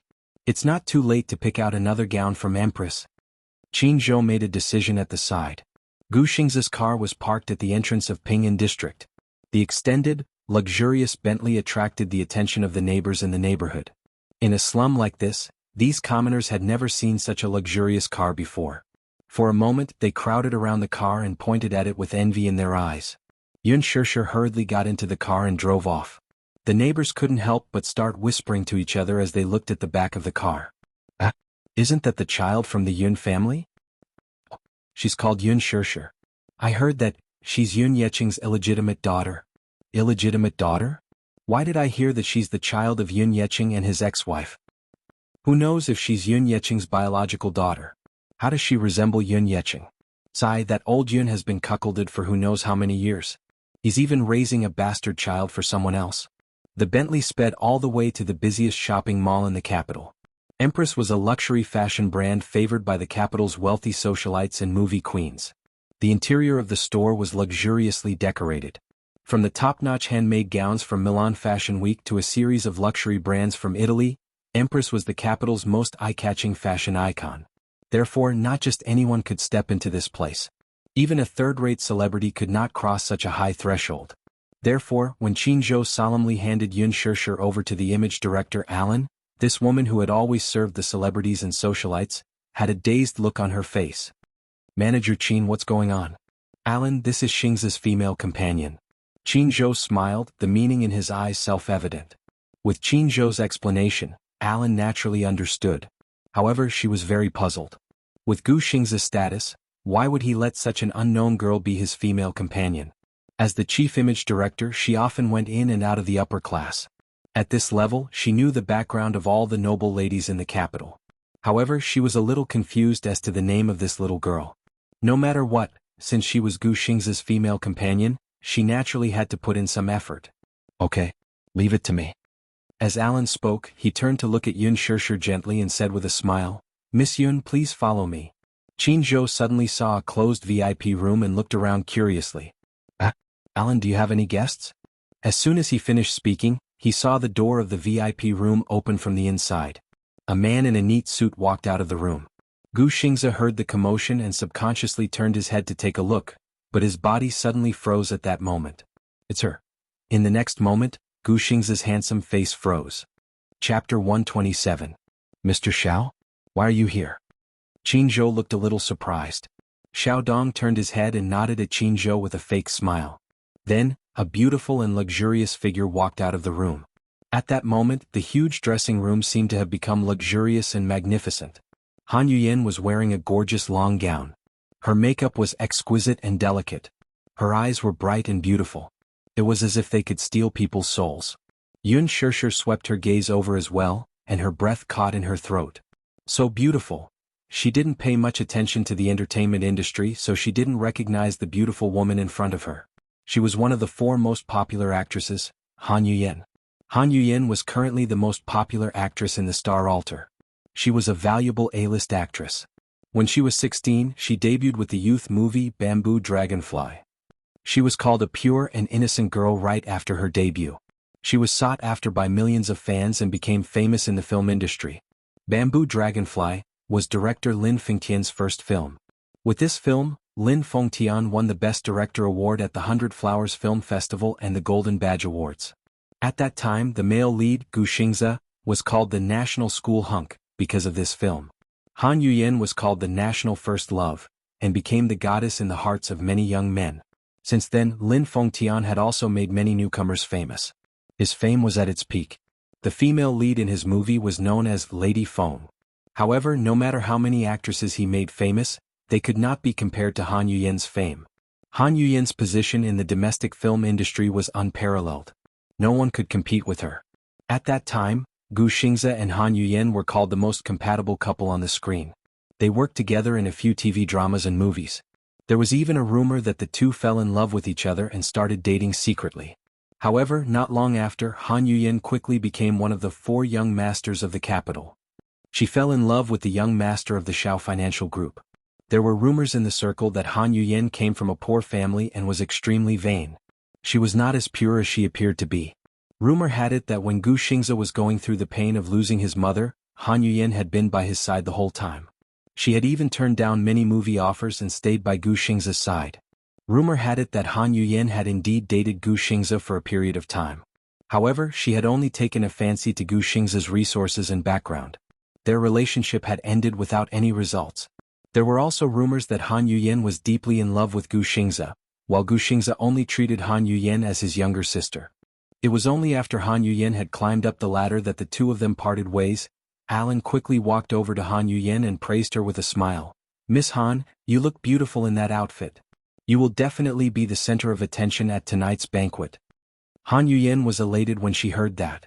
However, she pretended to be reserved. She smiled sweetly at Xiaodong in the mirror and asked, "Xiaodong, what do you think of my outfit?" She had just finished her sentence when she didn't hear a reply for a long time. Han Yuyen was slightly annoyed. She immediately looked at Xiaodong with a reproachful expression. However, she saw that he was staring at Yun Shirshir's back as she walked into the fitting room. When their eyes met just now, he inexplicably felt that this girl was surprisingly familiar. Chapter 128. "Xiaodong, what are you looking at?" Han Yuyen called out to him unhappily. "Nothing." Xiaodong quickly turned around and looked at her. She was dressed splendidly, but there was no real surprise in his eyes. "Yin, you look beautiful in this dress." Han Yuyen did not notice the strangeness in his words. She was immersed in his praise and swayed her body proudly in front of the dressing mirror. Qin Zhou looked coldly at the pair of despicable people and snorted at Gu Xingze. "Umph. His late wife's body is still warm, and he has already changed a few new lovers. It's not that I want to say this, but the young masters of rich families are really pushovers. I'm afraid Meng Xiaolan won't be able to rest in peace." Xiaodong was originally married, and Han Yuyen was the third party. Their extramarital relationship had been very low-key. Not long ago, Xiaodong's wife passed away in a car accident, and Han Yuyen finally succeeded. "Don't poke your nose into other people's business." Gu Xingze was looking at a gown when his eyes suddenly fixed on a gorgeous red gown. This gown was designed by the internationally renowned designer, Helen Swift. It was elegant red with a light shoulder gauze and soft silk. It was exquisite and the curves were perfect. The fluffy hem of the gown extended from the waist down. Beautiful, so beautiful. Gu Xingze had always had high standards for beauty, and his taste in fashion was not bad. "This one," Gu Xingze ordered briefly. Alan immediately walked over and took a look, but shook his head tactfully. "Xingze, this gown is the treasure of our store." Was he sure he wanted to give this gown to that unknown girl? Wouldn't that be a waste? Moreover, the designer of this gown had said that not all Asian women could do it. She saw that the girl's body was a little thin, and she might not be suitable. Moreover, even if she was suitable, if other socialites saw it, they would definitely make a fuss. After all, this gown had never been worn by anyone before. Many socialites and actresses had wanted it, but none had succeeded. Han Yuyin was also attracted by their conversation. She looked over and blushed slightly when she saw Gu Xingze. No female celebrity in the industry could resist Gu Xingze's charm. It was the same even for Han Yuyin, who was the A-list heavenly queen. She had once loved him deeply, but he was heartless. She had been deeply in love with him for 4 whole years. She elegantly lifted the hem of her dress and walked over. Seeing his deep gaze on the gown, she reminded him softly, "Xingze, just now, I also took a fancy to this gown. But the director said that this piece of clothing is the treasure of Empress. It's priceless. Even I was rejected." In other words, which woman was qualified to wear the clothes that even she couldn't wear? Gu Xingze acted as if he didn't see her. He said to Alan, "This one. Unlock it." Han Yuyin was annoyed that she had been completely ignored. It wasn't until Xiao Dong coughed softly behind her with a displeased expression that she turned around awkwardly. However, she saw that the man's gaze was slightly cold. Only then did she realize that she had lost her composure. "Xingze, this shirt?" Gu Xingze didn't listen to her explanation. When a piece of clothing is designed, it has to be complemented by a beautiful person. "Alan, don't you believe in my taste?" Alan naturally couldn't refuse. He quickly asked his assistant to unlock the display window and ordered someone to take out the gown and send it to Yun Shirshi's fitting room. Chapter 129. Qin Zhou's heart was filled with anticipation. He had also taken a liking to the dress and wondered how stunning Yun Shirshi would be in it. Yun Shirshi quickly changed into the dress and Alan brought her into the dressing room. Xiao Dong initially wanted to leave, but Han Yuyen insisted. She wanted to see how capable this young lady was to be able to bring out the aura of the dress. Makeup, styling, accessories, high heels. It was not easy for a woman to dress up. Xiao Dong and Han Yuyen were already impatient, but Gu Xingze was patiently reading a fashion magazine on the sofa. The door to the dressing room suddenly opened, and Yun Shirshi gracefully strode out with her gown in hand, attracting everyone's attention. Amidst Qin Zhou's amazement, Gu Xingze put down the magazine in his hand and saw Alan carefully pushing Yun Shirshi in front of him with a face full of admiration. "Xingze, look, are you satisfied?" Alan continued to praise her as he spoke. "I really didn't expect Miss Yun to be able to bring out the aura of the dress perfectly. Miss Yun is the most elegant lady I've ever seen. If Miss Helen sees her, she'll definitely like her." Gu Xingze looked at Yun Shirshi, and with just one glance, he could not help being attracted to her. He had been in the entertainment industry for many years and had seen countless people. However, at this moment he couldn't help but marvel at the wonder and beauty of the creator. Beautiful. Extremely beautiful. Yun Shirshi stood with her hands on her waist, looking noble and elegant. The red dress accentuated her exquisite and graceful figure. The soft satin clung tightly to her body, making her look sexy but not revealing. At the same time, it understated the nobility and restraint of the aristocracy. This was a dress that combined the mysterious sexiness of the East with the noble and elegant elements of Europe. It was tailor-made by a top designer and a top designer. This dress was worth a lot. Alan's evaluation was that Yun Shirshi perfectly brought out the value of this dress. Even Gu Xingze couldn't help but be mesmerized. He couldn't look away for a long time. As a result, Yun Shirshi couldn't help but blush as he sized her up. Alan snickered in his heart. Although Second Master Gu usually looked cold and aloof, he was still a man after all. Furthermore, Yun Shirshi was as beautiful as a queen. Any man would find it hard to resist her. Very beautiful. Gu Xingze admired her for a long time and commented from the bottom of his heart. It was a simple word, but it couldn't hide his amazement. Yun Shirshi smiled faintly. She didn't seem to be overly proud of herself because of his comment. She looked at Qin Zhou respectfully and politely. Qin Zhou nodded even more diligently. "Shirshi. Thank you." Yun Shirshi smiled and elegantly turned around to look at herself in the mirror. She completely ignored the burning gaze from the side. Xiao Dong didn't expect that there would be a woman who was so beautiful. At this moment all his attention was on her. The dress was beautiful, but what was even more beautiful was Yun Shirshi's noble and restrained aura. Any man would be mesmerized by her. And he was no exception. Han Yuyen's eyes reddened. A woman's jealousy was very strong. She was like a proud peacock. She was originally proudly spreading her tail, but when she saw her territory being conquered, she couldn't accept it. Chapter 130. She was originally the center of attention, but now no one in the hall was looking at her. She was like a doll that had lost its love and was mercilessly thrown aside. Han Yuyin tugged at Xiao Dong's sleeve, feeling wronged. "Darling, I also want this dress," she muttered softly. "Buy it, I want to wear it to the gala today. If I wear this dress, I'll definitely be prettier than this girl from God knows where." For a long time the man did not respond. Han Yuyin raised her head in dissatisfaction and saw that Xiao Dong was also staring at Yin Shirshir. His eyes were filled with amazement, admiration, and some unknown emotions. She looked even angrier and her tone became unhappy. "Xiao Dong." "Yes." He came back to his senses and lowered his head to look at her. Han Yuyin did not say anything else this time and only stared coldly at the dress. "Buy it." Xiao Dong hesitated for a moment. In his heart, he had already decided that no one other than this beautiful girl in front of him could wear this dress.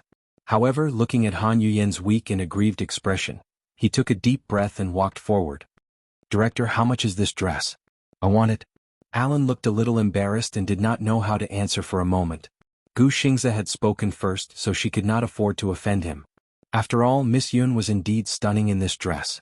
If she rejected Xiao Dong, then she could not afford to offend him. Gu Xingze only stared at Yun Shirshir's back and did not even look at him as he sneered. "Director Xiao, this dress is not something you can afford." Xiao Dong looked angry. "Gu Xingze, what do you mean by that?" "What do I mean?" Gu Xingze curled his lips in disdain. "I'm telling you clearly that I want this dress." Xiao Dong snorted coldly. Although Gu Xingze was a heavenly king, he was still a piece of trash in the entertainment industry. To put it bluntly, what was the difference between him and an actor in ancient times? He turned around and asked Alan directly, "Name a price for this dress." Qin Zhou's temper flared as he teased, "This gown is priced at 5 million yuan during the fashion week. Mr. Xiao, are you that generous?" Xiao Dong didn't even bat an eyelid. 5 million. I'll take it." Qin Zhou raised a finger. "Our Xingzhe is offering 10 million. We'll take it." "You?" He was furious and blurted out, "I'll pay 20 million. As expected of Chairman Xiao. Generous, so generous. Qin Zhou smirked. "But Xingze has taken a liking to this gown. It won't be a problem for him to fork out 30 million yuan. 50 million. Xiao Dong slammed the table. Qin Zhou was speechless. Han Yuyin, who was standing at the side, saw the surprise on everyone's face and laughed secretly. The man she had hooked up with was the future owner of the Xiao enterprise. He was rich and powerful. Even though Gu Xingze had been in the entertainment industry for 10 years, he was still just a celebrity. How could he compare with Xiao Dong? Alan's face was also a little embarrassed. He only said faintly, "I'm very sorry, Mr. Xiao. Since young Master Gu has taken a fancy to this gown, he definitely won't let anyone else have it." "Master Gu? What did that mean?" "What? He's just a small celebrity." Qin Zhou frowned slightly and retorted mercilessly, "Mr. Xiao, please be more respectful with your words. Our Xingze isn't someone a small business supported by a woman can afford to offend." The Xiao enterprise wasn't as powerful as it was now. Xiao Dong was a man of striking appearance. Under his father's arrangement, he married the daughter of the wealthy Meng family. With the support of the Meng family, the Xiao enterprise was established today. "You?" Xiao Dong was furious. How dare a small manager look down on him and insult a company with hundreds of millions of assets as a small business? Then he suddenly realized something. Young Master Gu? Why did Alan address Gu Xingze as Young Master Gu? Chapter 131. Did he mean that he was a nouveau riche and Gu Xingze was a real aristocrat? Qin Zhou was Huanyu Entertainment's ace manager. His ability to spout nonsense was top-notch. It was as if his mouth had been poisoned and every word he said was a gem. Gu Xingze was still a pure young man when he was with him. Now, under his influence, he had become a black-bellied person. Xiao Dong was so angry that he almost had internal bleeding. However, what he said was the truth and he could not refute it. Yun Shirshir stood in front of the dressing mirror. The smile on her face froze for a moment. The atmosphere was too awkward. Gu Xingze looked at him coldly. "You don't deserve to fight with me." Xiao Dong was furious. Just as he was about to speak, a sudden voice interrupted him. "It's so lively today." A woman's arrogant voice suddenly came from outside the door. Everyone's faces froze and they looked at the door. Mu Wanru was wearing a well-tailored black dress, which made her look elegant and capable.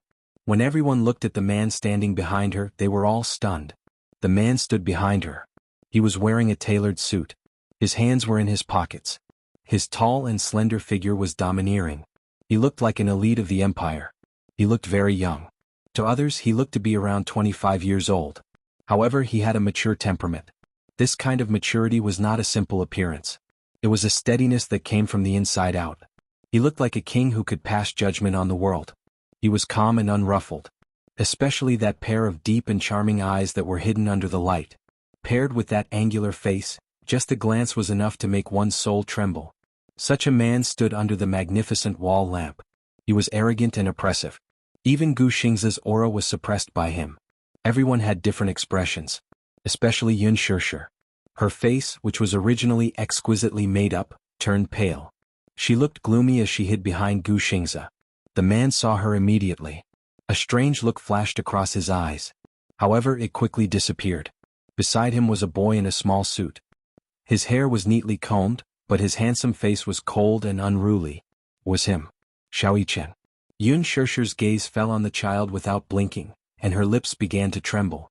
She bit down hard on her lips and suddenly met Xiao Yichen's gaze. In a moment of confusion, she turned her face away from him. Xiao Yichen felt increasingly strange. This woman is really strange. Why did she look so unnatural when she saw him? She seemed to be avoiding him? Everyone had different expressions when they saw little Munchkin. Mu Yichen was the little crown prince of the Mu group. However, Mu Yaja was very protective of him. Even the experienced paparazzi could not catch Mu Yichen's trace. No one had ever seen Xiao Yichen's face in person. However, there were still rumors in the circle that Xiao Yichen was not the biological son of Mu Wanru and Mu Yaja. Mu Wanru had been diagnosed with congenital infertility. She had sought treatment everywhere and even tried IVF, but to no avail. The doctor said that she had lost the chance to be a mother in this lifetime. If she blindly tried IVF, her body would collapse due to the pain. Mu Wanru was heartbroken and had no choice but to accept reality. Xiao Yichen's biological mother was someone else. Even though this matter was kept under wraps, there were still insiders who leaked the news. Mu Wanru was furious because of this. Chapter 132. When Qin Zhou and the rest saw little Munchkin, they were surprised. For the past 6 years, young Master Mu had kept him well protected and never allowed him to be exposed to the media. Why was he wearing a British-style Armani suit? Was he planning to let the young heir show his face at the cocktail party? What surprised Qin Zhou even more was that, at first glance, he found the boy's facial features to be very familiar, as if he had seen them somewhere before. Qin Zhou snapped out of his daze and turned to look at Yun Shirshir in surprise. However, she lowered her head and bit her lip. She looked very helpless. Her brows were tightly knitted and she hid herself behind Gu Xingzi. Her left hand hugged her right arm in a defensive posture. If one were to look at her and Xiao Yichen separately, it would be difficult to make the connection. However, now that the two of them were facing each other, it was easy to make a comparison. If Mu Wanru wasn't Xiao Yichen's biological mother, Qin Zhou might have doubted it. However, now that Xiao Yichen was standing in front of him, it was a stark contrast. Although blood ties were mysterious, they couldn't fool anyone. Heredity was an even more mysterious thing. When Xiao Yichen and Mu Wanru stood together, they didn't look like mother and son. However, when he stood together with Yun Shirshir, they looked like biological children. Qin Zhou's eyes darted back and forth between Yun Shirshir and little Yichen. His gaze was somewhat secretive. Gu Xingzi sensed Qin Zhou's scrutinizing gaze on Yun Shirshir and Xiao Yichen. He shot him a warning look. Qin Zhou obviously received his warning signal and pursed his lips. He didn't know, but Gu Xingzi couldn't calm down for a long time. Like everyone else, he had never seen the young master of the Mu family. This was the first time they were meeting. Unlike everyone else, he had seen the child beside Yun Shirshir. He looked very similar to the young master of the Mu family. It was as if they were cast from the same mold. No one would believe that they weren't biological brothers. He was more shocked and confused than anyone else. The situation suddenly froze. The atmosphere was so quiet that it was as if it had been frozen. Alan was the first to react. He greeted the man respectfully, "Chairman Mu." "Chairman Mu." Xiaodong also came back to his senses. He restrained his anger and greeted Mu Yaja respectfully, "Chairman Mu, how have you been?" Unlike his earlier arrogance toward Gu Xingzi, Xiaodong's attitude took a 360-degree turn this time. His bearing was dignified and his face was respectful. Although Gu Xingzi was famous, he was a celebrity. Mu Yaja was. The Mu's consortium was a big business. Even a small subsidiary company was far more powerful than the Xiaos. He could ignore Gu Xingzi. Mu Yaja, however, could not. Han Yuyin had never seen Mu Yaja before. The heir of the Mu group had always been mysterious and unpredictable. News about the Mu family had always been groundless.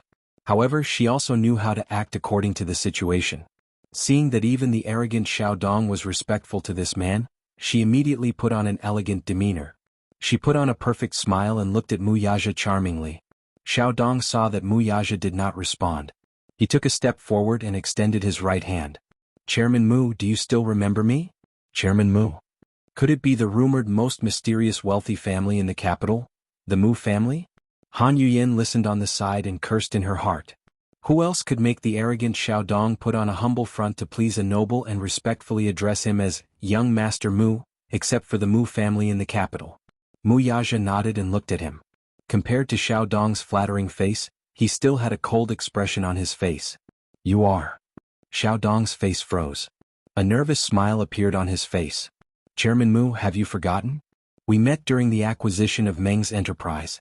"I've forgotten." Mu Yaja clearly did not have the patience to listen to his explanation as he brushed past him.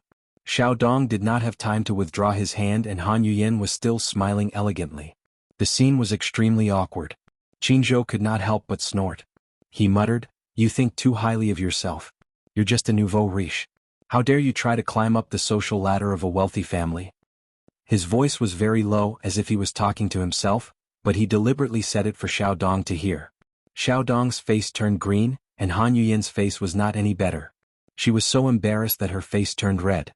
Xiao Dong had put on an extremely respectful attitude, but he had been completely ignored. Xiao Dong was also very angry. What an arrogant man. Mu Yaja walked to Gu Xingze. There was a flaw in his cold expression. Two men. One was mature and arrogant. The other was gentle. One was extremely handsome. The other was elegant and handsome. However, Mu Yaja was taller than Gu Xingze. Therefore, it was inevitable that he looked down on him. In comparison, Gu Xingze's aura was slightly weaker. Mu Yaja's lips curled into a contemptuous and arrogant smile. The nonchalant smile on his face did not reach his eyes. "So beautiful."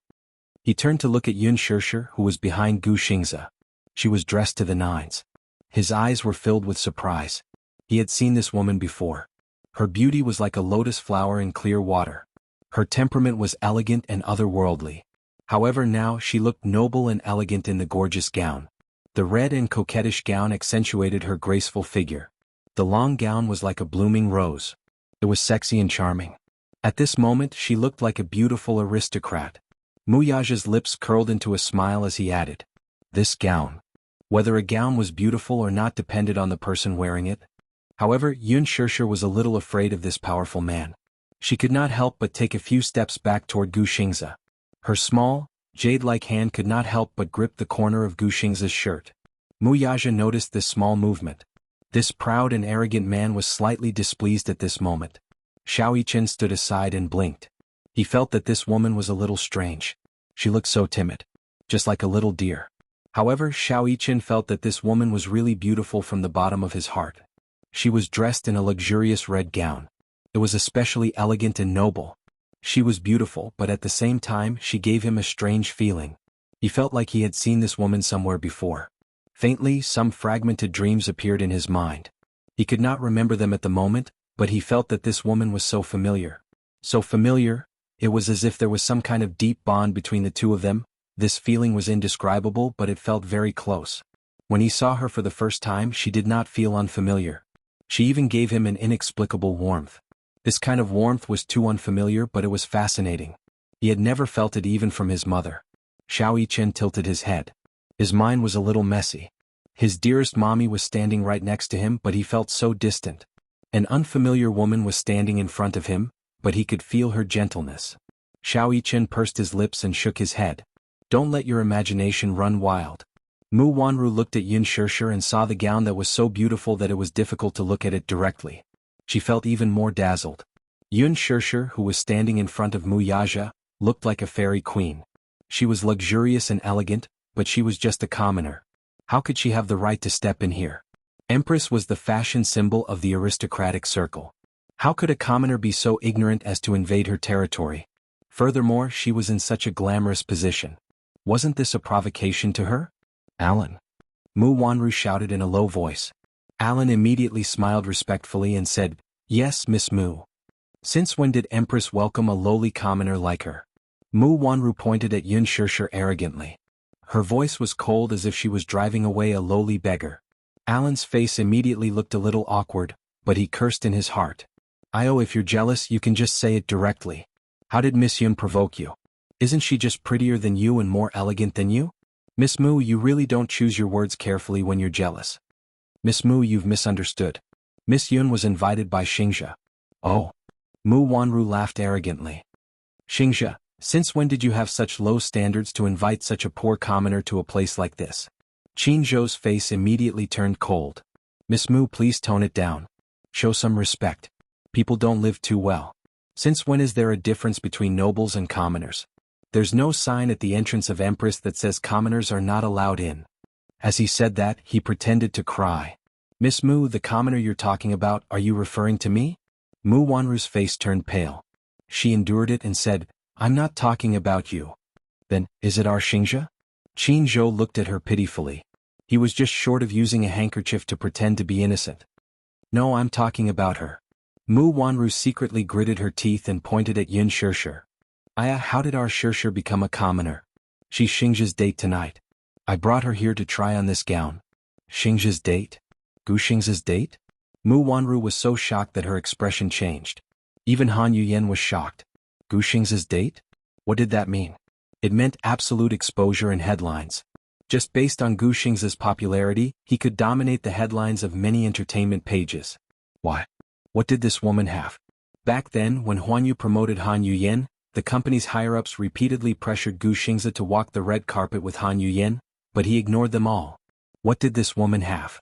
Han Yuyen's eyes turned red with jealousy. Mu Yaja's gaze turned cold. Gu Xingzhe's date? Would she be attending Huanyu's annual cocktail party tonight? This woman was dressed up for another man. Chapter 133. Mu Yaja lifted his arrogant chin slightly and looked at Yun Shirshir with a deep and cold gaze. An inexplicable sense of displeasure grew in his heart. He lifted his chin, especially when he saw Yun Shirshir hiding behind Gu Xingzhe like a frightened cat. His thin lips curved into a cold smile. She was so wary of him, yet she was so close to another man. The great President Mu naturally felt uncomfortable. Hence, he looked at her deeply and turned his face away. He turned around and sat down on the sofa leisurely. The atmosphere was extremely strange. Xiao Yiqin stood at the side, his handsome little face faintly showing a trace of displeasure. He didn't know why, but when he found out that Yun Shirshir was Gu Xingzhe's female companion, he obviously felt unhappy. He actually felt that this woman and daddy looked very compatible when they stood together. Xiao Yiqin was stunned by his own thoughts. Why would he have such a thought? It was too inexplicable. But this woman was very strange. He felt an inexplicable sense of closeness to her. What? The little munchkin was a little confused. They were indeed father and son. Even their awkwardness was similar. Mu Wanru looked around arrogantly. When her gaze landed on Yun Shirshir, she suddenly felt a stab in her eyes. That luxurious gown was so glaring in her eyes. She then shifted her gaze and elegantly approached Yun Shirshir. With a condescending look, she squeezed out a mocking smile from the corner of her lips. Ha, Xingzhe, when did your standards become so low? You actually found such a poor and lowly person to be your female companion? Mu Wanru glanced at Yun Shirshir with a faint smile. Her eyes were full of contempt, as if she was a high and mighty queen and Yun Shirshir was like a lowly female slave. The two of them had similar figures, but Mu Wanru was wearing a pair of 8-centimeter high stilettos, which made her taller than Yun Shirshir. She raised her chin arrogantly. Yun Shirshir looked at her calmly. She wasn't shocked or angry, but her face was calm without a ripple of emotion. This is the work of Master Helen, who won the Fashion Week's Gold Award. Mu Wanru raised her chin high. Who allowed you to wear it? Upon hearing this, Alan shrank his shoulders and immediately said respectfully, Young Madame Mu, I was the one who put it on her. You? Mu Wanru looked angry. Do you know how expensive this dress is? Who allowed you to put it on her? It was me, Gu Xingzhe said calmly. I think this dress is very beautiful. It will definitely suit Shirshir very well. Shirshir? Why did he call her so intimately? Mu Yaja's eyes became colder. The unhappiness in his heart was getting worse and worse. Seeing Gu Xingzhe speak, Mu Wanru softened her tone. Xingzhe, this dress is Master Helen's work. It's very expensive. How could you bear to? She's worth it? Besides, Shirshir does look beautiful in it. Gu Xingze lowered his head to look at her and reached out to tidy Yun Shirshir's slightly messy hair. This seemingly intimate action couldn't help but hurt some people's eyes. Especially Mu Yaja, the unhappiness in his eyes became more and more bottomless. Damn it, he minded. He actually minded other people touching her. He was such an eyesore, this feeling was so damn unpleasant. Mu Wanru didn't notice Mu Yaja's unfathomable expression at all. She said, Xingze, tonight is Huanyu Entertainment's annual cocktail party. There will be many distinguished guests and entertainment media present. Aren't you afraid of being mocked for bringing such an unknown female companion? When Qin Zhou heard her say such harsh words, his brows furrowed deeply and he was filled with displeasure. Alan also said softly, I think Miss Yun looks very good in it. Mu Wanru frowned slightly, pursed her red lips and shot a sharp look at Alan. He was so frightened that he shut his mouth on the spot and didn't dare to say another word. When Han Yuyin heard this, her heart was filled with anger. She had long disliked this girl who had neither fame nor family background. She detested her to the core. Mu Wanru's sarcasm seemed to have helped her vent her anger and supported her. She was happy and mocked her. What young Madame Mu said makes sense. A poor person will always be a poor person. No matter what she wears, she still looks poor. A sparrow will always be a sparrow. She still wants to fly up and become a phoenix? She's dreaming. Mu Wanru tidied her clothes and elegantly crossed her arms. Han Yuyin's young Madame Mu was very pleasing to her ears. Han Yuyin's mouth was as sweet as honey. As long as there was a chance for her to climb up the social ladder, she would never let it go. As she spoke, she held Xiaodong's arm and sneered, her eyes full of disdain. I say, don't embarrass yourself here. Go back to your slum. Qin Zhou raised his eyebrows and sneered. You said that our Shirshir is poor. Heavenly Queen Han, are you from a noble family? Han Yuyin was speechless. Of course she was not. On the contrary, her family was poor since she was young. Her family of 5 was squeezed into a small house. She was the one who was born in the slum. It was because she had tasted the taste of poverty since she was young that she developed a vain personality. When she graduated from junior high school, she entered an art school early and became an art student. She did not have the talent for learning and did not have the conditions to do so. It was only until she auditioned for a movie before she graduated that she was lucky enough to get that role that she successfully made her debut. In order to make her debut, she did not hesitate to use any means and suffered some hardships. Now that she was famous, the hardships were over. However, there were still many media outlets that made irresponsible remarks about her being uncultured. This had always been her sore spot. Qin Zhou saw her embarrassed expression and sneered. Our Shirshir is still a university student. No matter what, she's still a top student.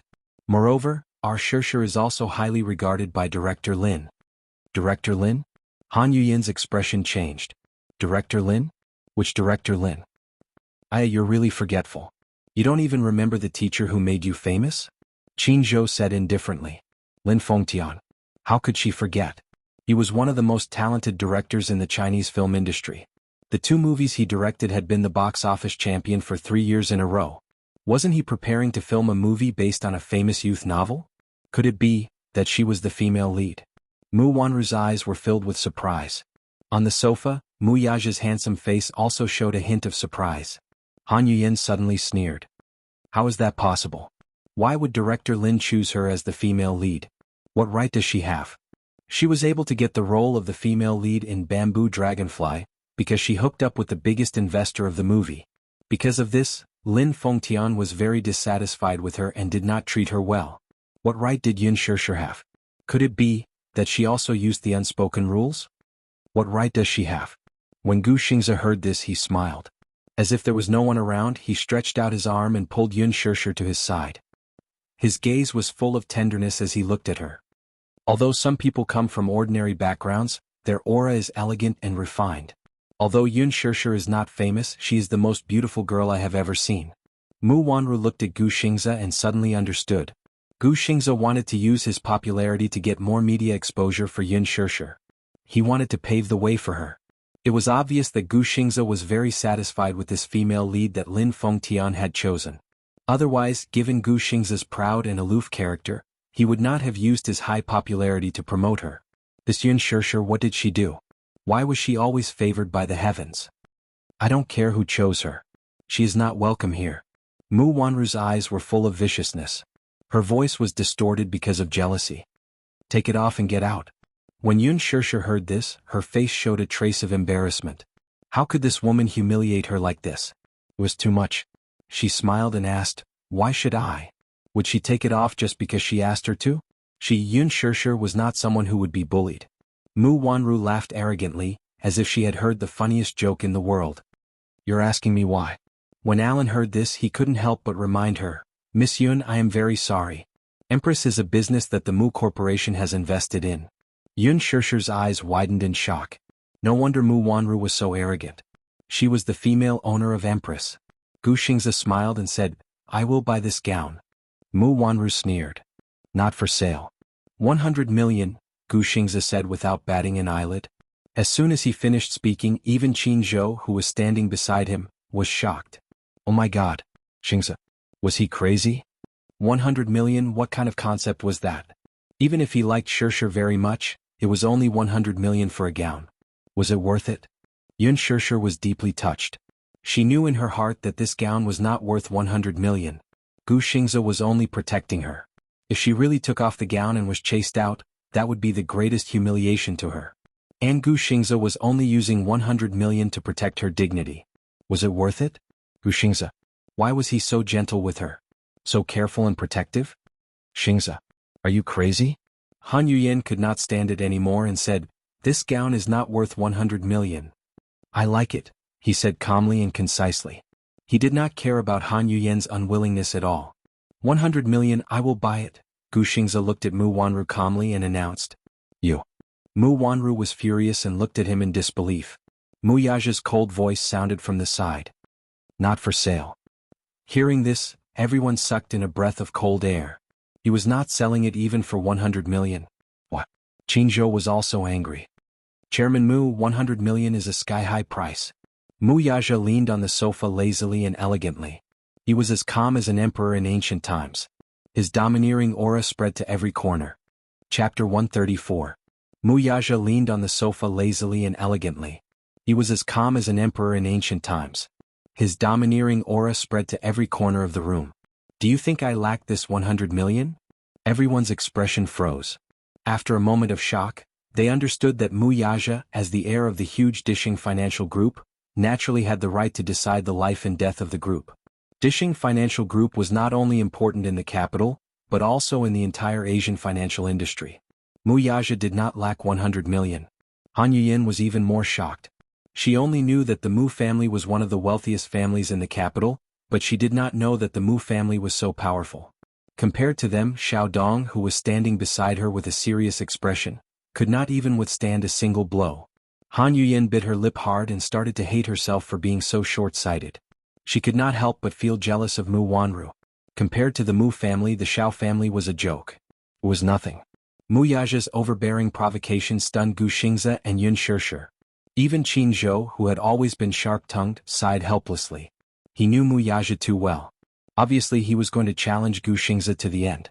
Gu Xingze's face darkened. His eyes, which were usually as cold as water, had a trace of bone-chilling sharpness. He frowned and turned his face away. The two men stared at each other across the room. Instantly the air was filled with tension. President Mu, this gown is in the shop, but you're not selling it. What is the meaning of this? Mu Yaja curled his lips elegantly and stood up slowly. As he moved, the air in the exhibition hall was filled with his aura. For a moment, the air became even more tense. It's my right to decide whether to sell it or not. No one else has the right to interfere. Gu Xingze's eyes were cold and his muscles were stiff. He was about to speak when Yun Shirshir grabbed his sleeve. Startled, he lowered his head and saw her smiling brightly. She said plainly, Xingze, thank you for your kindness. However, I'd better take off this dress. You don't have to be afraid. This dress suits you very well. I still like the white evening gown that you and Qin Zhou picked out. I like it very much. Yun Shirshir shook her head and interrupted him. Han Yuyan heard this and sneered, This empress was the Mu family's business, so the ownership of this dress was naturally decided by Chairman Mu. Chairman Mu loves young Mistress Mu dearly. Why would he give her up? These words were truly ear-piercing. For some reason, Yun Shirshir felt especially heartbroken when she heard this. This Mu Wanru was his fiancée. Naturally, he would not hand over the most beautiful evening gown to someone else. But Why did her heart feel stuffy? Yun Shirshir suddenly laughed mockingly. What was there to question? If he did not love his fiancée, was he going to love her? She was no one to him. However, Yun Shirshir did not care much about it in her heart. Although this gown was luxurious, if she wore it tonight, she would definitely steal the limelight and attract everyone's attention. However, she was just a newcomer. She had no background and no works. If she was too ostentatious, she would definitely attract unnecessary trouble. She was not a vain woman. She did not care about what others thought of her. Yun Shirshir smiled and walked to the fitting room. She elegantly lifted the corner of her dress. Her steps were calm and her back was straight. There was no trace of embarrassment or disappointment. She was calm and composed. Instead, it made those who were waiting to see her embarrass herself at the side. Mu Wanru and Han Yuyen's resentment was like a fishbone stuck in their throats. Initially, they thought that Yun Shirshir would run back to the slums like a pathetic Cinderella after being humiliated in such a manner.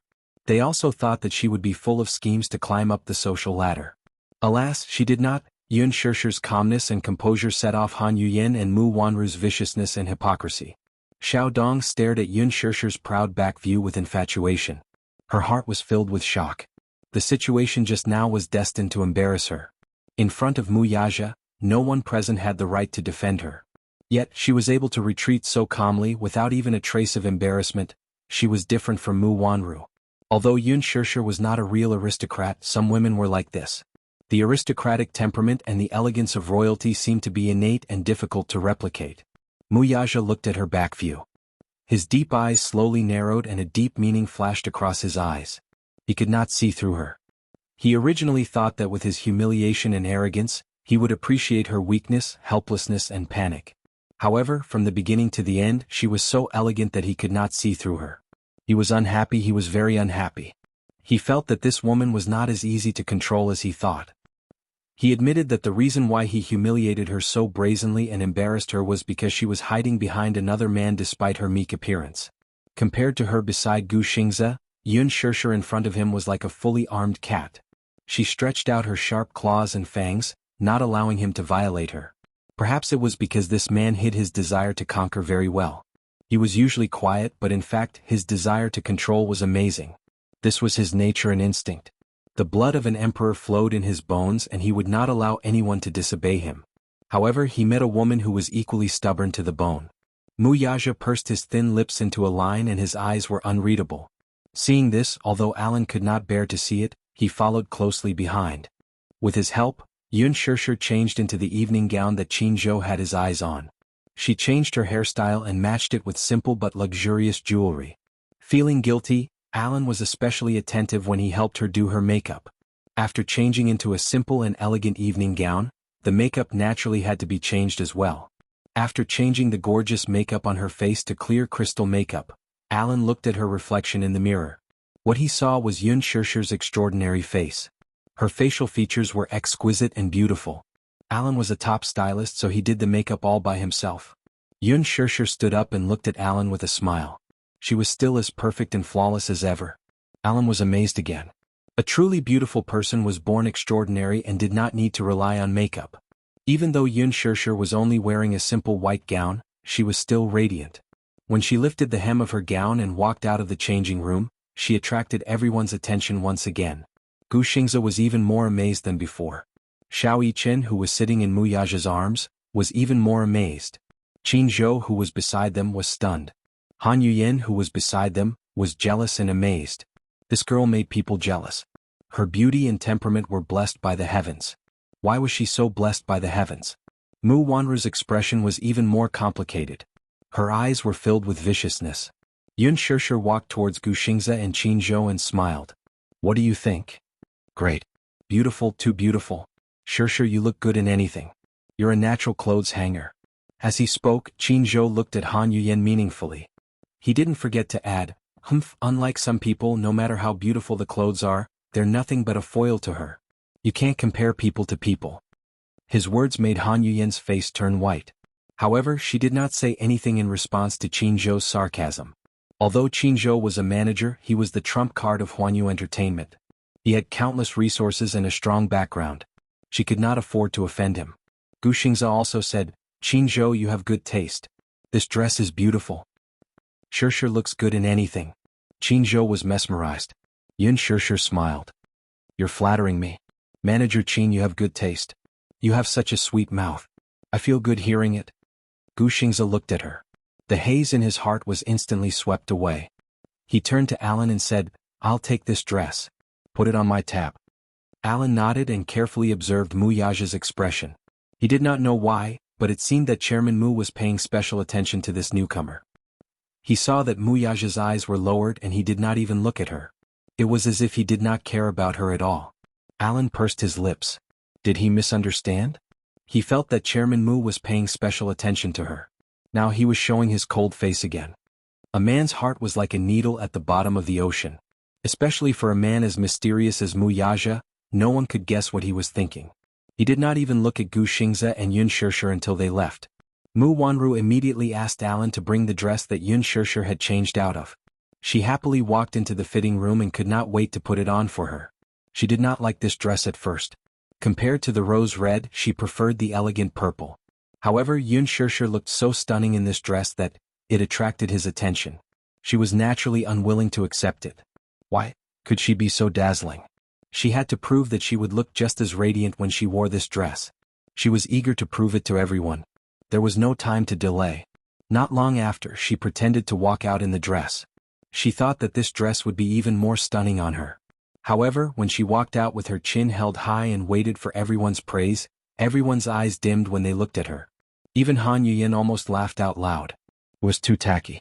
This elegant evening gown actually looked a little gaudy on her. Whether the dress was beautiful or not depended on the person wearing it. If the person was ordinary, they would not be able to wear such a luxurious dress. When Yun Shirshir wore it, she was the dress. When Mu Wanru wore it, she became the dress foil. For a moment, the atmosphere was silent. There was an awkward silence. Han Yuyin knew how to judge the situation. She quickly smiled and praised, Young Mistress Mu, you look so beautiful in this dress. Chapter 135. It was just a few words of vulgar praise, but little Yi Chen could tell at once that there was an unconcealed compliment in them. It sounded like a hypocritical compliment, but in the current situation it was too awkward. This compliment was extremely awkward in the stifling silence of the scene. There was no comparison or contrast. Perhaps everyone had seen how stunning Yun Shirshir looked in this gown, but when Mu Wanru put it on, it instantly paled in comparison. It was supposed to be an elegant evening gown, but on Mu Wanru, it was indescribably tacky. Yun Shirshir's figure was curvy and exquisite. Her waist was slim, her legs were straight and slender, and she had beautiful shoulders and collarbones. When she put on this evening gown, these advantages were perfectly displayed. However, Mu Wanru's figure was not suitable for it. Her voluptuous upper body was undoubtedly exposed, and it looked extremely tacky. Mu Yaja opened his handsome eyes slightly, and his cold gaze landed on her body. He suddenly felt extremely disgusted. Once again he recalled how gorgeous Yun Shirshir looked when she wore this evening gown. The contrast was too stark. After a moment of silence, Alan immediately reacted and praised, Young Madam Mu, you look really beautiful in this gown. It was fine if he didn't praise her, but once he did, Mu Wanru's face completely collapsed. Looking at the awkward and dazed faces of the people around her, Mu Wanru looked unhappy. However, she still forced a smile and said, Why? Don't I look good in this gown? Han Yuyin smiled and said, You look good. It's very beautiful and suits your temperament. Empty praise. She really didn't know what to praise.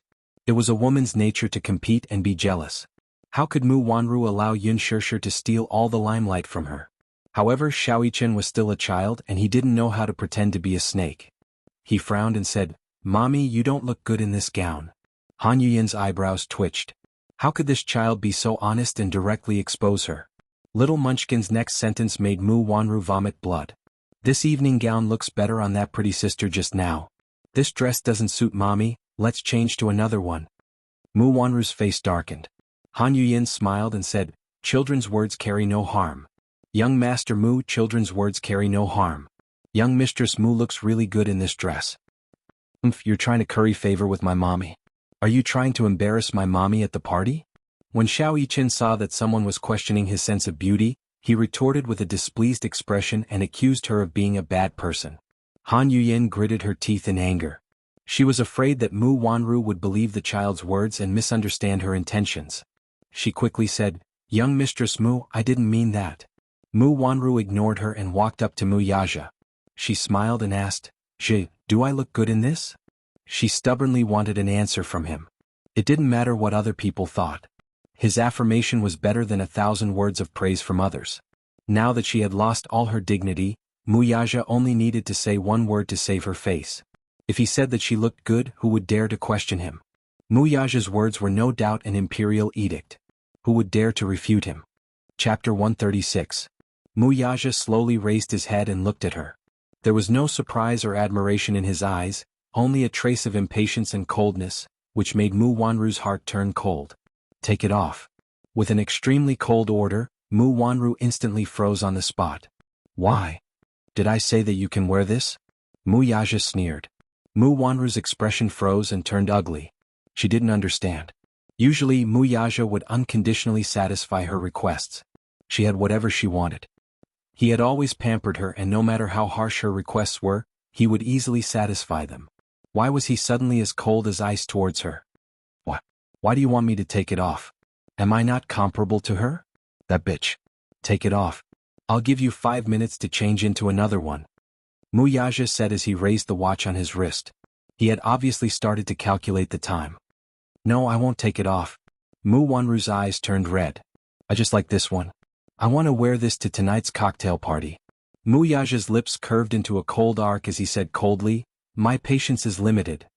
Mu Wanru was shocked. She had never seen him treat her so coldly. Yin Shirshir, that damn bitch. She must be the reincarnation of a vixen. All the men who saw her acted as if their souls had been taken away. Mu Yaja said coldly, there's still 1 minute. In other words, after this minute, her last shred of decency would be gone. He had always been true to his words. Feeling extremely wronged, Mu Wanru stomped her feet angrily and returned to the fitting room to change into a new gown. The Bentley smoothly drove off the highway and slowly drove towards the venue of the cocktail party. In the car, Yun Shirshir silently lowered her head. The stubbornness and confidence had faded from her body, and her side profile looked a little down and out. Gu Xingze sat beside her and looked at her leaning against the window with her head lowered. Her thin and small body inevitably made his heart ache. She was a girl who made one's heart ache and could easily arouse a man's desire to protect her. Gu Xingze thought of the little boy who looked very similar to her in the Empress exhibition hall just now, and some guesses and doubts emerged in his heart. It was rumored that the young madam of the Mu family and the heir of the Mu group were engaged since birth. They were childhood sweethearts. Mu Wanru was Mu Yaja's beloved fiancé. However, this was only on the surface. In fact, Mu Yaja was a man who was apathetic to the core. He had never fallen in love with any woman. Mu Wanru was not little Yichen's biological mother. She had been diagnosed as a mother's Mu. Xiao Yichen's biological mother was someone else. Could it be her? That day he saw the boy in her arms. Whether it was age or facial features, he was exactly the same as Xiao Yichen. Gu Xingze smiled slightly. He actually cared a little. However, he had no right to ask. Qinzhou also kept looking at her. He wanted to say something but hesitated. He wanted to care, but he was in no position to ask. Yun Shirshir raised her head and looked at Gu Xingze. She sincerely thanked him. Xingze, thank you so much just now. Thank you for protecting me. What are you thanking me for? Gu Xingze looked at her in amusement. That gown was really beautiful, but it's really not worth it to exchange for 100 million yuan. Not worth it? Gu Xingze smiled and said, it's worth it. Ah. Yun Shirshir looked at the handsome man in front of her in surprise. His lips were curved into a gentle smile, but his tone was extremely firm. Chapter 137. Shirshir, you deserve the best. It was a short sentence, but it was like a spring breeze. Gu Xingze looked at her with a gentle smile. Yun Shirshir was flattered. Gu Xingze, why are you so good to me? I don't know. Gu Xingze smiled. You're a girl who makes my heart ache. Thank you. Yun Shirshir said sincerely. Tonight was Huanyu Entertainment's 10th anniversary party. Celebrities from film, television, and singing, as well as many well-known directors and investors, as well as international mainstream media reporters, were all present to witness this grand event.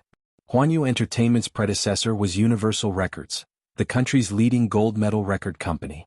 It had made countless popular idol singers famous, and for a time, it looked down on the domestic record industry. Later, when the record industry was in a slump, Universal Records quickly went downhill. After it was acquired by Dishing Financial Group, it was officially renamed Huanyu International Entertainment Agency. It gathered A-list big shots and 4 ace managers, continuing Universal Records' glory years ago. Unknowingly, Huanyu Entertainment had been established for 10 years. Tonight's party would be unprecedented. It was no wonder that those little models and has-been artists were racking their brains to walk the red carpet at this party. If they could seize this opportunity, they would be able to make a beautiful comeback. One must know that many well-known directors and producers were present tonight. What was more precious was that even Dishing Financial Group's CEO would be present. Dishing CEO. He was the crown prince of the Mu family, the capital's richest family, and the future heir of the Mu Group. Mu Yaja had always been mysterious. The news about him was all groundless. The public knew very little about this noble and mysterious crown prince, and he rarely appeared in public. When the socialites and aristocratic daughters in the circle learned about this, they all dressed up meticulously in order to leave a deep impression in front of this honorable CEO and win some attention. So what if he had a fiancée? Wealthy families like the Mu family were divided into the first, second, and third wives.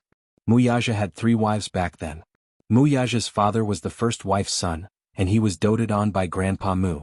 Therefore, there are also a lot of high-class nobles in this banquet, in order to be able to see the Mu family's young master's elegant demeanor.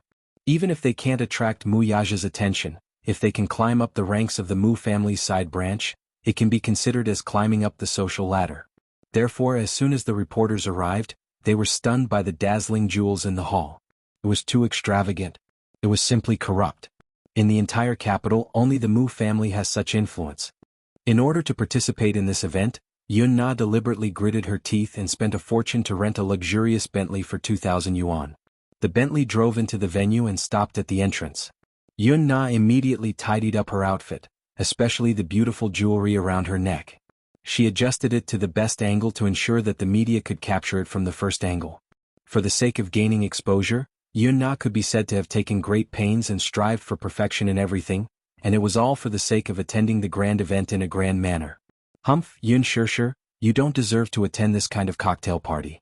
You should just stay at home with that bastard child of some unknown man and watch her on the TV.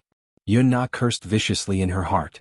The chauffeur opened the car door, and Yun Na immediately revealed a flawless smile. She proudly raised her chin, straightened her back, and gently tucked her hair behind her shoulders before gracefully stepping onto the red carpet. Her appearance attracted the attention of many female celebrities. Chapter 138. Van Cleef & Arpels was the most expensive jewelry brand. Among them, the Secret Garden series was the most favored by celebrities. The Vicomte from the Secret Garden series was one of a kind in the world. The moment Yun Na walked on the red carpet, she immediately attracted everyone's attention.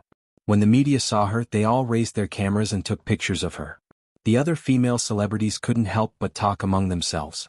Their eyes were fixed on her. Who is this newcomer? The gown she's wearing is Armani's new spring collection. Oh my God, look at the necklace on her neck. It's from the Secret Garden series. I heard that the gems on it are worth tens of millions. It can't be a fake, right? This Vicomte is out of print. It's only sold in limited quantities worldwide. Ordinary people can't buy it. It must be a fake. This Vicomte can't be bought even if you have the money. I don't know where this unknown newcomer came from. She's even wearing a fake jewelry. I heard that there was a sugar daddy who wanted to buy this necklace at a sky-high price. The crowd was talking about it. Yun Na couldn't hear what the socialites were talking about. She only felt that she was the center of attention. Many pairs of envious and jealous eyes fell on her. She was very pleased with herself. Yun Na raised her head proudly and puffed out her ample chest. She walked to the entrance but was politely stopped by the concierge at the door. Hello, madam. Please show me your invitation card. Invitation card? Did this cocktail party need an invitation card? Yun Na was a little flustered for a moment, but she quickly calmed down and raised her chin proudly. She sneered in disdain and was so angry that she laughed. What do you mean? You're asking me for an invitation card? Are you suspecting that I came uninvited? I'm sorry, madam. You misunderstood. Entering with an invitation card is one of the procedures of the cocktail party. The concierge had a decent smile on his face, but there was a trace of doubt in his eyes. The entrance checkpoint of the cocktail party was set up very carefully, in order to prevent small models and unknown stars from sneaking into the venue. Some celebrities didn't receive an invitation but still wanted to sneak in. Huanyu's annual cocktail party had sent out a total of 500 invitations, 100 VIP cards, and 100 seats for the media in the venue. Every guest had to show their identity when they entered the venue. Otherwise they would be blocked outside the door. No one was an exception. Yun Na looked a little embarrassed and said unhappily, "I'm with Director He. Do I need an invitation?" "And then may I ask which director's female companion you are?" "Director He Lingxiang." "Puchi." Suddenly, a disdainful sneer came from beside him. Yun Na furrowed her brows in embarrassment and turned her head, only to see that the person laughing at her was actually one of the 4 most popular young actresses. Yang Mi. Tonight, she was wearing an evening gown with golden tassels. It was so long that it reached the ground, making her look slender and elegant. It was simple yet luxurious, especially the diamond necklace around her neck. Coupled with her exquisite makeup, she looked stunning. As someone who stood at the peak of public opinion, Yang Chang naturally knew how to create momentum for himself. As soon as he appeared, he instantly killed countless furlets. However, halfway through the red carpet, the limelight was stolen by this newcomer who came out of nowhere. Yang Mi was naturally unhappy. Chapter 139. Where did this newbie come from? How could she not know the rules? An unknown newbie dressed so luxuriously and dared to steal the limelight from them. She had no sense of propriety at all. This wasn't her home ground. Was she doing this on purpose? Yang Mi didn't have a good impression of her. Yun Na was the typical big-breasted but brainless type. She had stolen the limelight the moment she appeared and offended many actresses. "Which director did you come with?" Yang Chang slowly walked in front of her and asked arrogantly. Yun Na looked at her and was a little defeated by her aura. This Yang Chang had such a strong aura. His arrogant eyes were so oppressive that even her confidence was suppressed. I'm with Director He. I'm his female companion." Yang Mi was deliberately making things difficult for her. Who asked her to steal her limelight? She didn't know how to restrain herself. Naturally, she wouldn't let her off easily. There are so many directors with the surname He. Not everyone has the right to enter such an event. "Tell me your name and see if I know you." Yun Na bit her lip. Why did Yang Mi have to make things difficult for her? What did it have to do with her whose companion she was? However, she knew that Yang Mi was someone with a strong background. In the entertainment industry, every actress who was doing well had a strong backer. She couldn't afford to offend them. Otherwise, as a newbie, she wouldn't dare to offend someone and be blacklisted before she even debuted. Thus, she said respectfully, It's He Lingxiang, Director He. You can't even speak coherently. You're just a nobody who hasn't seen the world. You're delusional to think that you can enter such an event. You're not worthy. Sister Mi, she just said that she's He Lingxiang's companion. That Director He. A well-dressed actress beside Yang Mi whispered to her. This actress was called Tang Yu. She had just debuted not long ago and played a supporting role in a period drama starring Yang Mi. She had gained some popularity with the audience and accepted many roles. Recently she had been very close to Yang Mi. She seemed to be whispering, but it seemed like she was deliberately saying it to someone. Every word was extremely humiliating. Newbies nowadays are so unscrupulous in order to climb up the ranks? What kind of person is He Lingxiang? She has the ability to climb into Director He's bed. What a taste. Yang Chang sneered and said, "Isn't that so? Some newbies don't know the immensity of heaven and earth. They think that they can climb up the ranks just by hugging a big thigh. They don't even know how much they are worth. Don't think that the entertainment industry is a place where anyone can step into." That's right. Yun Na was filled with grievances as Yang Jian and Tang Yu made things difficult for her at every turn, yet she didn't dare voice her anger. She could only pinch the corner of her dress and purse her lips as tears welled up in her eyes. Tang Yu continued to add fuel to the fire. "I'll look at her. She's pretending to be wronged. Big sis Me, she seems to be quite scheming. Look at her outfit, she's clearly trying to steal your limelight." "She's not worthy." Yang Chang sneered. "I think her outfit is fake." Yun Na immediately defended herself. No? Then where did the necklace on your neck come from?" Yang Chang obviously didn't believe him. "This necklace is worth tens of millions. Can you afford it? How is that possible? It must be fake. She's obviously a commoner. She's so unsophisticated." Some of the invited actresses at the side also surrounded them. Their words of ridicule were extremely vicious. Chapter 140. Thus, Yun Na was at a loss as she was surrounded by them. She braced herself and listened to their endless insults as the grievances in her heart turned upside down. Just you wait. She would remember every debt she owed him today. When she made it big, she would pay them back 100 times, 1,000 times over. Many of the reporters at the side sympathized with her. This newcomer had offended many seniors before even entering the venue. She was really pitiful. However, this was the industry. As a newcomer, you had to know how to keep a low profile. Otherwise, it would be easy to offend people. Therefore, no one stepped forward to help her. Yang Mi had a high status in the industry.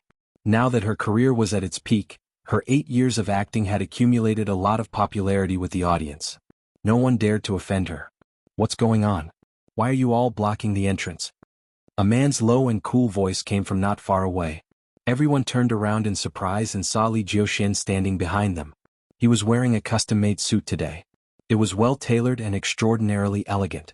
His handsome face attracted countless screams when he entered the venue. Li Jiuxian was a popular young actor newly signed by Huanyu Entertainment. He was elegant and handsome. Blessed with a unique appearance, he had already starred in 2 commercial blockbusters and 5 idol dramas in just 2 years after his debut. He was very productive and had a lot of resources in his hands. He was a popular idol promoted by Huanyu Entertainment. Yun Na looked at him, but his gaze fell on her. He saw that she was in a sorry state and felt wronged. As if she was clutching at a life-saving straw, Yun Na pursed her lips and looked at him pitifully. Her pair of beautiful red eyes made people fall in love with her. Li Jiuxian couldn't help but feel pity for her. He looked at Yang Mi and said, "Sister Mi, why aren't you entering the venue?" Li Jiuxian and Yang Mi were brothers and sisters in the same company and had a good relationship. Previously, the two of them starred in a period drama together.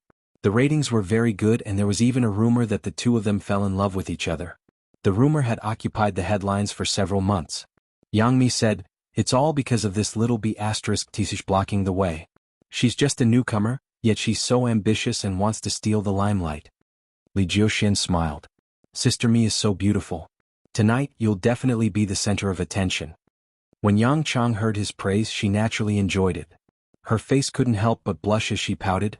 "Jiuxian, you're also very handsome today. Tomorrow's headline will definitely be yours." "Thank you for your guidance, Sister Mi." However, at this juncture, the media was already waiting at the reception.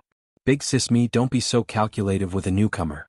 Otherwise, if word gets out, the media will exaggerate and say that you're abusing your power to bully others. That won't be worth it," Li Jiuxian advised. "Yes, you're right." Obviously, Yang Chang had taken his words to heart. She stepped forward and naturally held his arm. Li Jiuxian smiled elegantly and entered the venue with her. Yun Na stared blankly at Li Jiuxian's departing figure, and her heartbeat couldn't help but quicken and thump. Tang Yu didn't continue pestering Yun Na when he saw this. He grunted coldly and warned her before entering the venue as well. Not long after, He Lingxiang arrived. Chapter 141. Reading on her phone. Reading on her phone. Bai Ran nodded and turned on her phone. She could already surf the internet normally. Gu Qingze booked a hotel pickup service. When they arrived at the hotel, it was already 4 in the morning. Bai Ran had a feeling that they would probably spend the next day in the hotel. She felt that it would be a waste. Gu Qingze seemed to have seen through her thoughts and comforted her. "It's okay. If you're really tired tomorrow, you can rest in the hotel. Anyway, tomorrow's itinerary hasn't been decided yet." Bai Ran was a little worried. Isn't it too extravagant? For some reason he felt a little reluctant to waste his time in a hotel when he was out on a trip. Gu Qingze laughed. "We're getting married on a trip. It's different from other trips. We don't have to be so tired. Rest well and you can recharge your energy." I think you won't even be able to get out of bed tomorrow." When Bai Ran heard this, she smiled and said, "Actually, I slept for a while on the plane. Even if I'm tired, I should be able to wake up by noon tomorrow." "You have so much energy?" Gu Qingze's eyes were playful as he said meaningfully, "Then I'll have to learn from you." "Learn from you?" Bai Ran didn't understand for a moment. However, when they arrived at the hotel, the two of them took a shower and lay on the bed. Bai Ran finally understood what Gu Qingze meant when he said "learn from you" on the way to the hotel. She originally thought that after such a long flight, he would be exhausted and would probably fall asleep after taking a shower at the hotel. She didn't expect that when they got on the bed, Gu Qingze would flip over and press her under him and start to demand. After being married for so long, he rarely touched her. Even if he did touch her, he wouldn't be too rough. Especially the first and second time, he was considerate of her first time and her body couldn't withstand the torment. Therefore he was always careful and extremely gentle. Therefore to Bai Ran, it wasn't as embarrassing as the rumors said. She felt like she was run over by a truck. She felt sore all over. She didn't feel anything at all.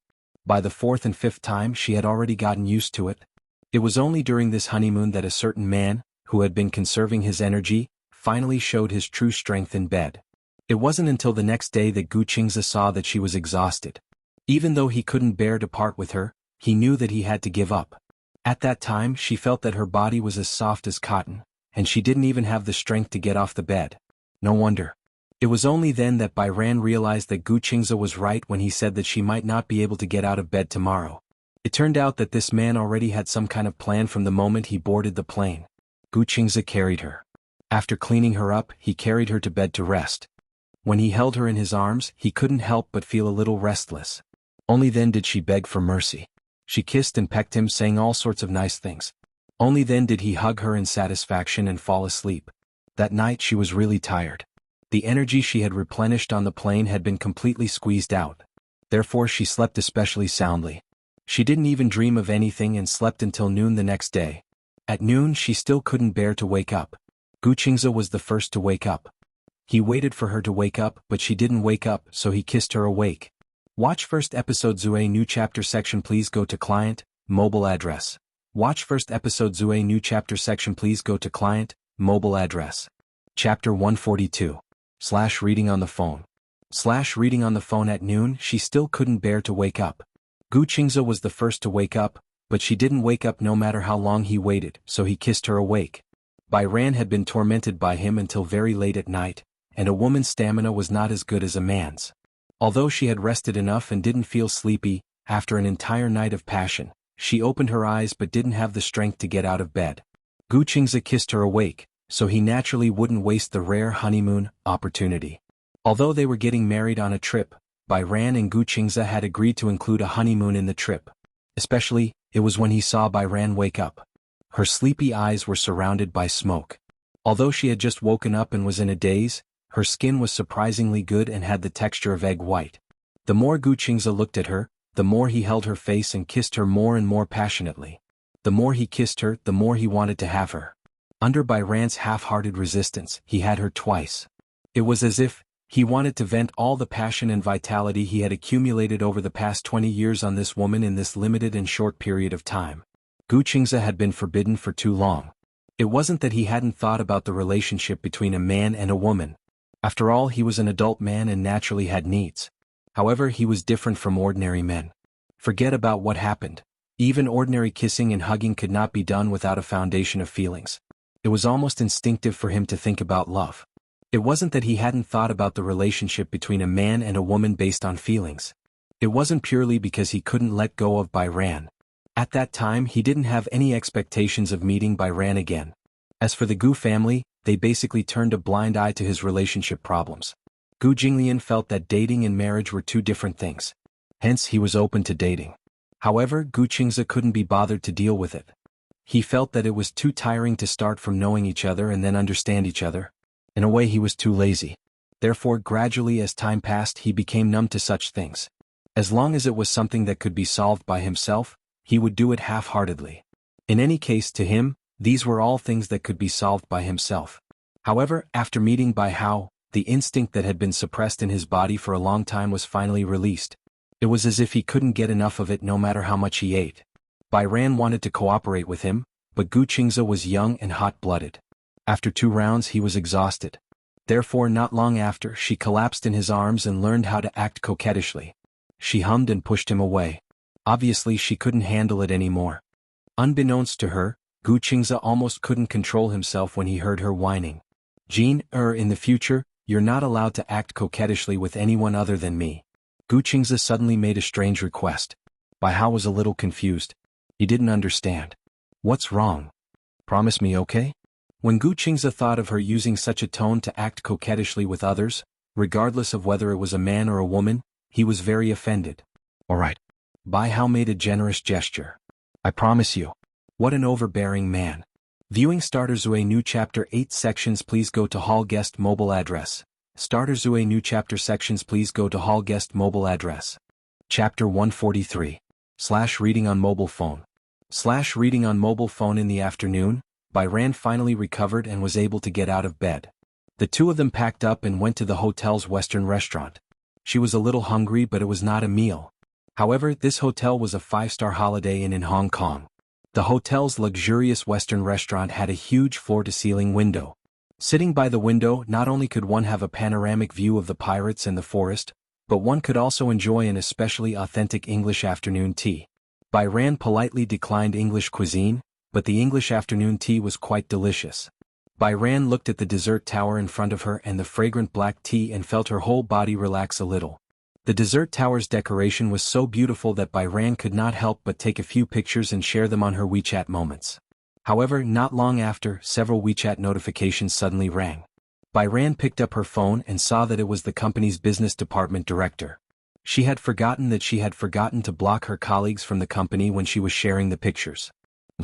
She said that she was not feeling well and wanted to take leave. In the end, she went to have fun. Why can't I get through to her? Is she deliberately not picking up? Byran. I'm warning you, call me back immediately. Otherwise, you'll be punished for absenteeism. In just a few words, the beautiful afternoon mood was completely ruined. Byran's face fell. Gu Qingzi saw this and could not help but ask, "What's the matter?" "I just took a few pictures and shared them on WeChat moments." The company director saw it. "Oh." Gu Qingzi was a little surprised. "Didn't you resign?" "But I haven't resigned yet." When Gu Qingzi heard this, he suddenly asked tentatively, "Do you still want to do this job?" Byran looked up and glanced at him. She pursed her lips and said the most heartfelt words, "Actually, I don't want to do this job anymore. In the beginning, I joined this company because I felt that I would be able to gain good experience in this company. I studied design and in the future, I hope to have my own design studio. However, ever since I joined this company, they only asked for the same designs. Also, because they work with the local wedding dress market, I draw wedding dresses every day until I'm about to throw up. This is not my dream." Gu Qingzi nodded. "Then why didn't you resign back then?" "Because, if I change jobs and have no source of income, Auntie will say that I'm a freeloader." Bai Zhe was a strong-willed person. She had a strong sense of self-esteem and could not bear such humiliation. Old gnawing clan? She had started working as soon as she graduated. Although her salary wasn't high, it was reasonable. She had followed her aunt's wishes and joined the company. She was tired of the same designs every day. She was not an arrogant person, but with her goal, she absolutely did not want to settle for such a small company. If you're not happy at work, then change your job. It's also very troublesome to find a new job. There's no rush. A good job can't be rushed. Besides, I'm taking care of you. What are you afraid of?" Gu Qingzi's especially calm words greatly moved Byran. He said so matter-of-factly that he would take care of her. For a moment she felt so happy that she was about to float up and watch. Starter Zue New Chapter 8 Sections Welcome to Hall of Visitors Mobile Address. Watch Starter Zue New Chapter 8 Sections Welcome to Hall of Visitors Mobile Address. Chapter 144. For the first time in her life, Byran had the feeling that she had someone backing her up. Unconsciously, the corners of her lips curled up as she secretly laughed. Gu Qingzi saw that she was laughing and could not help but reach out to pinch her cheeks gently. "What are you laughing at?" "I feel like you're my big backer. Now that you've said that, I feel more confident." Actually, Byran was not a career-oriented woman. However, she was a person with a strong backbone. Especially after living under someone else's roof for so many years, she believed that no matter what, she had the ability to back herself up. However, after graduation, under her aunt's urging, she found a company and hurriedly started work. She did not consider her career direction and prospects. After joining the company, she designed a bunch of wedding dresses. She was almost numb to it. Originally, designing wedding dresses should have been a blissful thing. However, she often had to work overtime due to large orders. At her peak, she had to submit more than 10 design drafts a week. Although she did not earn much, as long as it was a design, she had to put in a lot of effort. Therefore, almost every design draft was a masterpiece. This was also the reason why the company did not let her go. If it were not for Byran's soft temper, with her talent, after working for a year in this small design company, she would have been the head of the design department. She was too easy to talk to, so she was suppressed. Why else would there be a saying, "Kind people get bullied"? Seeing her satisfied look, Gu Qingzi's heart ached and he pitied her. "I'm your backer." After a pause, he added, "I'm your backer for life." "Yeah." Byran leaned her head gently on his shoulder. At this moment, on WeChat, the owner of the design department angrily complained again. "Byran, do you still want this job? Just because I gave you some color, you started a dye shop. Do you think work is so perfunctory? You don't even care about the company's rules and regulations. Do you believe that I'll fire you?" If this goes on, this shabby temple won't be able to accommodate a great Buddha like you. Byran looked at the director's angry words and smiled. He replied lightly, since you've said so, isn't it up to you to decide whether to expel me or not? In an office far away in Beijing. When the director saw Byran's reply, he almost exploded in anger. She had only said those words in a fit of anger. She really couldn't bear to fire him. One had to know that Byran was the head of the design department. It was because of Byran's talent that the company could receive more and more orders. She had threatened to expel Bai Hao just to intimidate him. She had thought that Bai Hao would be scared and beg for mercy after she had shown him her power. After all, in her eyes, Bai Kun had always been a soft persimmon that could be crushed at will. Now, this sentence made her completely dumbfounded. Does this idiot think his wings have hardened? The director had no way out of this embarrassing situation. He didn't know what to do. If he really fired them, what would happen to all the orders piled up there? He was known to want to die for nothing. This is so infuriating. So infuriating. The director slammed the table, his face red. Chapter 145. In the office, an assistant happened to be boiling water. Seeing the angry look on the director's face, she heard the director's nagging and grumbling on Bayu's WeChat. She probably understood what had happened, so she said casually, "This Bayu is really lucky." The director's attention was attracted by her and he was a little confused. "What do you mean?" "Oh, director, you don't know? I heard that Bayu married a good husband. I heard that he's worth tens of millions." "What's so strange about having a net worth of tens of millions?" The director said disapprovingly, "In this capital, how many people with a net worth of tens of millions can be smashed with a brick?" "Sigh, director, you don't know this. Do you know about the Spring River Imperial Seal?" "I know. It's a very famous real estate. Those who can buy it are the top people in society." The director reacted. "Why did you suddenly mention the Spring River Imperial Seal? I saw that her husband just bought a house there some time ago. Moreover, he has a good relationship with the president of Xinyu Financial Group." The director sucked in a breath of cold air. Most of the designers in this design company were Beijing drifters. Therefore, they worked hard in the hope of leaving a place in the capital. Owning a house in the capital and being able to buy a house were two different concepts. Many people's houses in the capital were obtained through demolition. The old city district was renovated and settled down in a residential area. Therefore, although most of the houses in the residential area were expensive, they could not be sold because they needed them. Secondly, the residential area was just an ordinary real estate. However, the Spring River Imperial Seal was different. This real estate was open to the top elites in society. Just the price alone was enough to make people flinch. Those who could buy the Spring River Imperial Seal were either rich or noble. When he heard that Bayu's husband lived in the Spring River Imperial Seal, the director did not believe it. Listen to her bragging. The houses there cost tens of millions and you still have to draw numbers. It doesn't matter, you still have to line up obediently. This isn't Bayu bragging. Everyone in our company knows and saw it with their own eyes. Bayu said that her husband has special channels and can buy a house there at a 50% discount. Many colleagues in the company didn't believe it, so they all went with her. In the end, they were slapped in the face in public. Moreover, many people said that Bayu's husband and the president of Xinyu Financial Group, Yun Tianyu. The director called out the name immediately. Yun Tianyu was an influential figure in the capital. It resounded like thunder in the ears. Yes, was him. The two of them seemed to have a good relationship. Many people guessed that Byran's husband is also a member of the rich second-generation circle. When the director heard this, he could not help but scoff.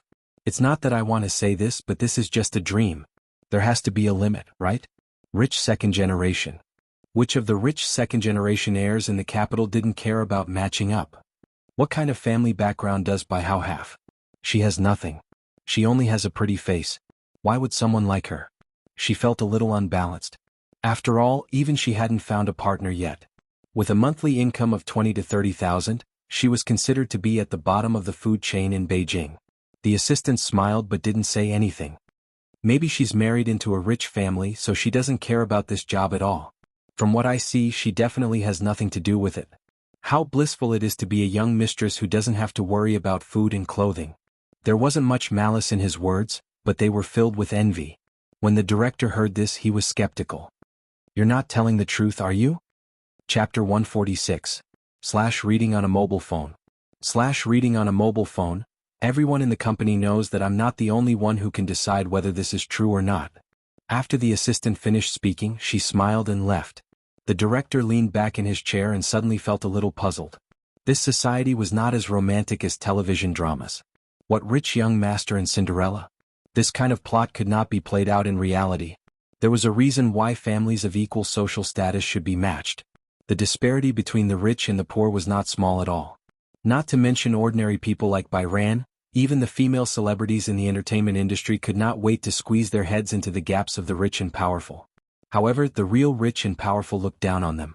Although the aristocratic system had been abolished in the country, just by looking at the banquets, the charity events, and the famous private clubs, it was clear that the abolition of the aristocratic system was just a superficial thing. In fact, many rich people liked to have the title of aristocrats. Everyone wanted to be a dragon or phoenix among men. The vanity and arrogance of humans had always been deeply ingrained. This was a little puzzling. Why could a commoner like Byran marry into a rich and powerful family? That was the dream of many women. Moreover, Byran was usually very dull and did not know how to please people. In the office, no one was willing to play with her. It was not that she was difficult to get along with. First, it was because she was strict with her discipline. She had to go home after work and rarely attended colleagues' gatherings. Second, she was poor. Because she was poor, sometimes when her colleagues were kind to her, occasionally treating her to a meal or small gifts, she did not dare to accept them. Her ability was limited and she did not know how to repay them. It was also because of this that Byran was a little high and mighty in the eyes of others. Such a girl, what kind of tricks did she use? However, where did this phrase come from? Circle. Since she had really married a rich man, the circle of rich people must not be small, right? If they could get closer to her, then wouldn't they have the opportunity to come into contact with the circle of rich people? Perhaps she would be lucky enough to find a Mr. Right that she would be in love with. The director of the design department was already 27 years old. He had been in this company for more than 4 years. He was cautious and conscientious, and his dream was to be able to live and work in Beijing. Her hometown was not rich and was a well-known poor village. After coming to the city, she was deeply attracted by the prosperity and neon lights here. She thought that she must stay in such a city. However, she had been busy with work for the past few years. She didn't like the male colleagues in the company because they were from ordinary families. She didn't know many big shots and occasionally had the opportunity to go on blind dates. However, based on her qualifications, it seemed that she couldn't find a satisfactory one. However, since Byran was able to marry a rich man, she boasted that her background was better than Byran's. Therefore, she was more confident. Byran had just finished her afternoon tea when the director sent her another WeChat message. However, the tone in this message seemed to be much better. Sigh. By-kun. Previously it was my fault. You were not in good health. As your superior, I should have been more understanding. At the same time, you should be more understanding. I'm also very tired with so many employees. You haven't come to work for a few days and the partners have been rushing you. I kept asking you when you would come to work, but you didn't reply. Today I saw you showing off the food on your WeChat moments. I thought you were having fun and didn't look like you were sick. I got angry. Start Zue new chapter section, please go to hall guest, mobile address. Start Zue new chapter section, please go to hall guest, mobile address. Chapter 147. The director was especially good at manipulating people's thoughts. She knew that if Bai Sheng really married into a wealthy family like the rumors in the company said, then using the company's treatment to threaten her might not work at all. However, she knew that Bai Sheng was a girl with a strong sense of responsibility. Therefore, she would definitely feel guilty if she were to talk about her responsibilities at work. As expected. When Bai Sheng heard this, she really felt a little guilty. Indeed, when she heard the director's tactful tone, she also blamed herself. After all, she had not gone to the company for the past few days because of personal reasons, not because of her health. Except for that one time, she really could not get out of bed. In the end, because of the leave application, they had become unhappy. Bai Sheng said guiltily, "Actually, some things have happened recently. I have also seriously considered the problem of work. I keep feeling that this job is not very suitable for me. I want to seek a development that is more suitable for me." At that time, it was indeed because I was not feeling well, but when I applied for leave, the company's handling made me feel a little disappointed.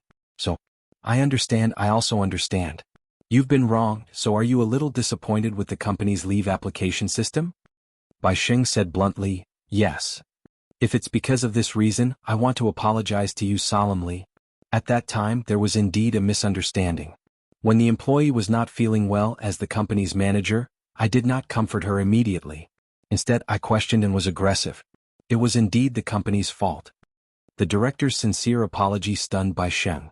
If she had known earlier, this director had always been extremely harsh to her. Suddenly he became so gentle and considerate. It was hard for her to get used to it. Bai Sheng held her phone in a daze. Gu Qingze drank his tea casually at the side while observing her expression. However, he remained silent. On the other end, the director asked again, "In short, if that's the case, you don't have to consider resigning anymore, right?" When Bai Sheng heard this, she immediately explained, "I don't want to resign because of this." Then, before Bai Sheng could speak, the director asked, "Do you think the company can't give you a better development?" Have you forgotten? You signed a contract with the company. If you leave, you have to pay the penalty fee." Penalty fee? Bai Sheng frowned. He did not remember this rule. However, she didn't see it clearly when she signed the contract. At that time, the people in the HR department were busy with work and kept urging her to sign the contract. She thought that it was a legitimate company, but she had indeed neglected the matter of liquidated damages. Gu Qingze heard her and said in a low voice, "I'll pay for the breach of contract." When Bai Sheng heard this, he said guiltily to the director, "I'll pay the penalty. The penalty for breaking the contract is very high." The director began to scare her. Bai Sheng said, "I still need to focus on my own future development. I don't think the company's environment is suitable for me. Actually, seeking better development is also a matter of urgency. As the saying goes, a fine bird chooses a tree to nest in. However, in today's society, there is no lack of talent. Who doesn't require many years of work experience to find a job outside? You can work here for a few years and become a senior designer. Then you can set up your own company." Chapter 148. Reading on mobile phone. Reading on mobile phone. Bai Ran was stunned when he heard that. She did not expect that the department head, who usually had the temper of an old hag, would be so gentle and persuasive to her today. Was it really the same person? Bai Yan was not very good at rejecting people. Perhaps since she was young, there were too few people who treated her well. Therefore, it was fine to say that they were a little mean to her, but she really didn't know how to reject them if they were gentle to her. However, she really wanted to leave, but she did not know how to respond to the department head's gentle tone. "How about this?" the department head probed. "I heard from a few of your colleagues that you got married not long ago?" "Yeah. Then you've probably been on a honeymoon during this period of time?" I guess so." Bai Yan glanced at Gu Qingze, who looked at her and smiled. She smiled back and said, "We got married on a vacation." "No wonder." The department head's tone was even more apologetic. She said guiltily, "I'm sorry, Bai Yan. I seem to have wronged you. No matter what, you should have fun during this period of time. When you return to the country and come to the company, we'll talk about the details." Okay. After hanging up the phone, Bai Yan looked at Gu Qingze blankly. Gu Qingze asked half-jokingly, "What's wrong? Are you softening your heart? Don't tell me you're planning to continue working at the company?" "I heard that the breach of contract costs a lot of money." Gu Qingze smirked. "Didn't I say that I'll pay for you?" "But," Bai Yan pouted and muttered, "I didn't do anything wrong. Why should I pay them the breach of contract?" "There's a price for the breach of contract, but you can't restrict your life because of this visible price. This is not an equivalent exchange." After hearing Gu Qingze's words, Bai Yan suddenly felt enlightened. That's right. She couldn't possibly put her life and future on the line for the sake of a mere breach of contract. Moreover, if you don't want to pay the breach of contract, hire a lawyer and carefully read the contract. If the breach of contract involves the overbearing clause, the company's unreasonable request can be rejected. How much is the lawyer's fee? Bai Zhe began to calculate carefully in his little head. Gu Qingze didn't know whether to laugh or cry. "The legal team is ready-made. My company has them, so you don't have to pay extra." "Wow," Bai Hao nodded. "Okay, let's do that." Little money grubber. Gu Qingze couldn't help but scratch her nose lightly. How could this little fool be so cute and save money for him? "Since we're already married, you can just squander the money I earn. You don't have to be so frugal. Money will run out eventually. But you can't earn all the money you want. You can only earn if you spend money, right?" Gu Qingze's brainwashing was deeply rooted in people's hearts. When they were in college, Bai Ruo had the nickname of a cheapskate. Being stingy meant being stingy. It was not that she was stingy, but her living expenses were too little. Usually she did not even have enough to eat and wear. Therefore she could not take care of the social interactions between friends. She felt a deep sense of guilt every time she spent money. Even though Gu Qingze was so generous, she still couldn't suppress the guilt in her heart. Viewing Starter Zue New Chapter 8 sections, please go to lobby, mobile address. Watch Starter Zue New Chapter sections, please go to lobby, mobile address. Chapter 149. She felt deeply guilty every time she spent money. Even though Gu Qingze was so generous, she still could not suppress the guilt in her heart. Alright, since we're traveling, don't think about unhappy things. Gu Qingze coaxed her. Bai Ran felt a little guilty. Is it because of my work troubles that affect your mood? No. Gu Qingze tucked her messy hair behind her ear and said seriously, as long as you're happy. After all, this trip was prepared for her and them. Bai Yu smiled. Okay.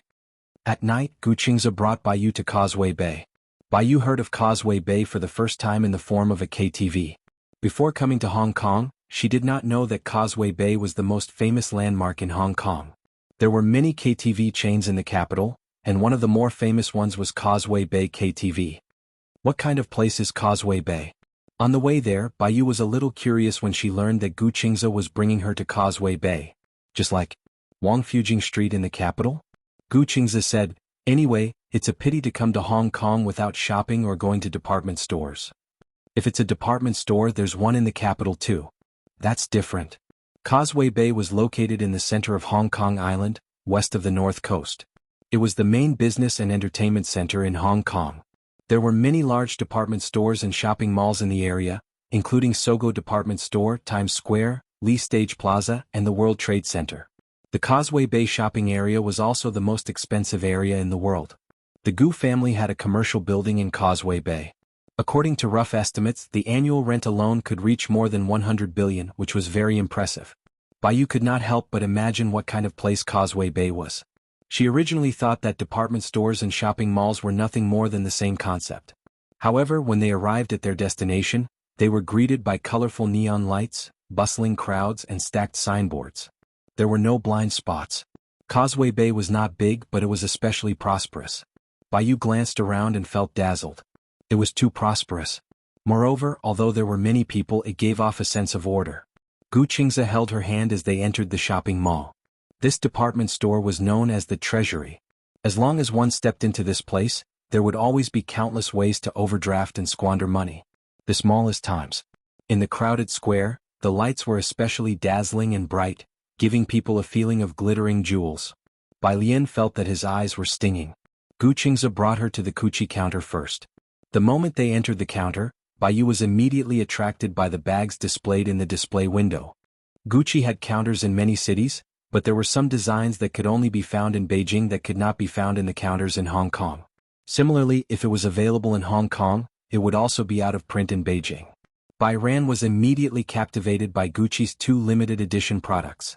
She wasn't a bag fanatic in the past, but after Gu Qingze brought her to the counter a few times, it was as if the door to a whole new world had opened for her. The few bags he bought for her were exquisite and beautiful. She couldn't bear to put them down and couldn't even bear to carry them for fear that they would break. She carefully treasured them. Gu Qingze said half jokingly and half seriously, if you can't bear to carry those bags, it can only mean that you don't have enough bags. Starter Zue New Chapter 8 section, please go to Hangkou, mobile address. Watch Starter Zue New section please go to client, mobile address. Chapter 150. At first, Bai Yanyan did not understand what he meant by not having enough bags. Next, Gu Qingze used his actions to explain to her what it meant to be a shopaholic. Bai Yanyan boasted that she was a woman who could shop. Although she did not shop much in the past, she often accompanied others to shop. In the past, when she shopped, she only shopped and did not buy anything. It was easy. However, the real tiring part of shopping was that she would enter any store she saw, try on any clothes she liked, pack them up after trying them on, pay for them after packing, and then move to the next stop. From the first floor to the second floor, Gu Qingze carried her like a little chick. He stopped at almost every store and pulled her in whenever he saw something nice. Bai Yanyan thought that he owned Times Square too. Swiping his card was like playing around. Before she could look at the price tag, Gu Qingze had already paid the bill and packed them up. There wasn't even a buffer. After just one floor, Bai Yanyan started to doubt her life. She was so tired that she panted and asked to rest for a while. However, Gu Qingze did not give her the chance. It was rare to find a place to rest in such a huge shopping mall, so he simply continued shopping. Bags, jewelry, branded clothes, cosmetics, lipstick, Gu Qingze, who had been single for so many years, had accumulated a lot of money for a wife. In addition to this trip, he had plenty of money. Therefore, he seemed to have been liberated and went crazy. Gu Qingze must be an oddity, the complete opposite of other men. The other male subordinates in the company, whether it was accompanying their girlfriends or their wives to go shopping, would always have a bitter expression on their faces when they mentioned it. However, for some reason Gu Qingze felt very envious. He felt that whether it was a bag or a nice dress, not to mention a lipstick that could be bought for a few hundred yuan, he felt that just these valuable possessions could make his girlfriend and wife happy. This kind of happiness was really precious. Bai Yanyan was originally exhausted, but when she reached the MAC counter she could not walk anymore. She liked lipstick and MAC was the only lipstick she could afford in the past. Compared to other branded lipsticks that cost hundreds to thousands, MAC lipsticks only cost a little more than 100 yuan each. They were easy to use and had good color rendering. She once had one and she had been using it until now. Even though she had seen the end of it, she was reluctant to throw it away. Seeing that she liked lipstick, Gu Qingze bought an entire box before she even had the chance to try out the color. There were 128 lipsticks in a luxurious box set. There were so many popular brands and they had everything. Bai Ran had just unscrewed the cap of a lipstick. He hadn't even tried the color on the back of his hand, and he had already placed an order? Bai Ran tugged at Gu Qingze's sleeve in shock. What did you buy? Lipstick. 128. Bai Kun wanted to cry but had no tears. I only have one mouth. I can't even finish it. Moreover, lipstick has a shelf life and the shelf life is very short. It's okay. If I can't finish it, I'll just keep it as a collection. Gu Qingze said, such beautiful lips. Logically speaking, even if you put on makeup and lipstick every day, you'll be able to keep it on for at least half a year. But there are so many color codes. Do you only use 3 color codes a year? Oh my god. Gu Qingze, a straight man, actually knew about color signals. Chapter 151. Brother Qingze? A familiar and surprised voice came from not far away. Gu Qingze turned around and saw that it was Mu Yueyao. He did not expect to see her in Hong Kong. Gu Qingze was not mentally prepared at all. Mu Yueyao looked around cautiously until she was sure that there was no one else around Gu Qingze. Then she walked over carefully. Gu Qingze glanced at her guilty expression and understood that she must have done something wrong. What? Gu Qingze looked at her. Why are you so cautious? Are you alone? No. Gu Qingze looked at her from the corner of his eye. Mu Yueyao saw that Bai Ran was choosing blush and eyeshadow. She was surprised. This is your sister-in-law? Are you married? Mu Yueyao was even more shocked. Yeah, I haven't had the time to inform her yet. When is the wedding? Gu Qingze raised his eyebrows. At least until Nana wakes up. At the mention of Natalia, Mu Yueyao's eyelids twitched and she smiled. Alright, we've already agreed on it. No matter whose wedding it is, we can't miss it. Yeah. Then, Mu Yueyao looked at him and then at Bai Ran. She asked curiously, why are you in Hong Kong? We're planning to travel and get married first. As for the ceremony, we'll officially send you an invitation when Nana wakes up. Okay. Then I'll wait for Brother Qingze's wedding invitation. After a pause, Mu Yueyao sighed. I wonder when Nana will wake up. Tell me honestly. Gu Qingze suddenly said something out of the blue. Mu Yueyao pointed at herself. Me? Aha. It's not the holidays now. Why are you in Hong Kong? Don't you have class? Mu Yueyao's face turned red. She was extremely embarrassed. Did you skip class again? Gu Qingze inched closer. Tell me, why did you skip class? Jing Yang has a fan meeting in Hong Kong tomorrow. I wanted to come early to pick him up and... Gu Qingze's face darkened at the mention of Jing Yang. You guys haven't reconciled yet? Mu Yueyao's face fell at his words. She let out a long sigh, turned around and rubbed her forehead with a headache. I don't know. He seems to be avoiding me, but even if he doesn't forgive me, I don't care. Even if she could only hide in a corner and secretly watch him, that would be good. Gu Qingze sighed internally. Yueyao was the little princess of the Mu family. She had been doted on since she was young. No one was willing to let her suffer the slightest grievance. Why did it have to be Jing Yang? It was simply a calamity in her life. It had been 5 years since that incident. Jing Yang still could not forgive Yueyao. However, everyone felt that it was not Yueyao's fault. However, Jing Yang stubbornly believed that it was her fault. Yueyao also felt that she had let Jing Yang down. Hence, in front of Jing Yang, she hid her princess-like arrogance and was careful. She even had a sense of inferiority that did not match her status.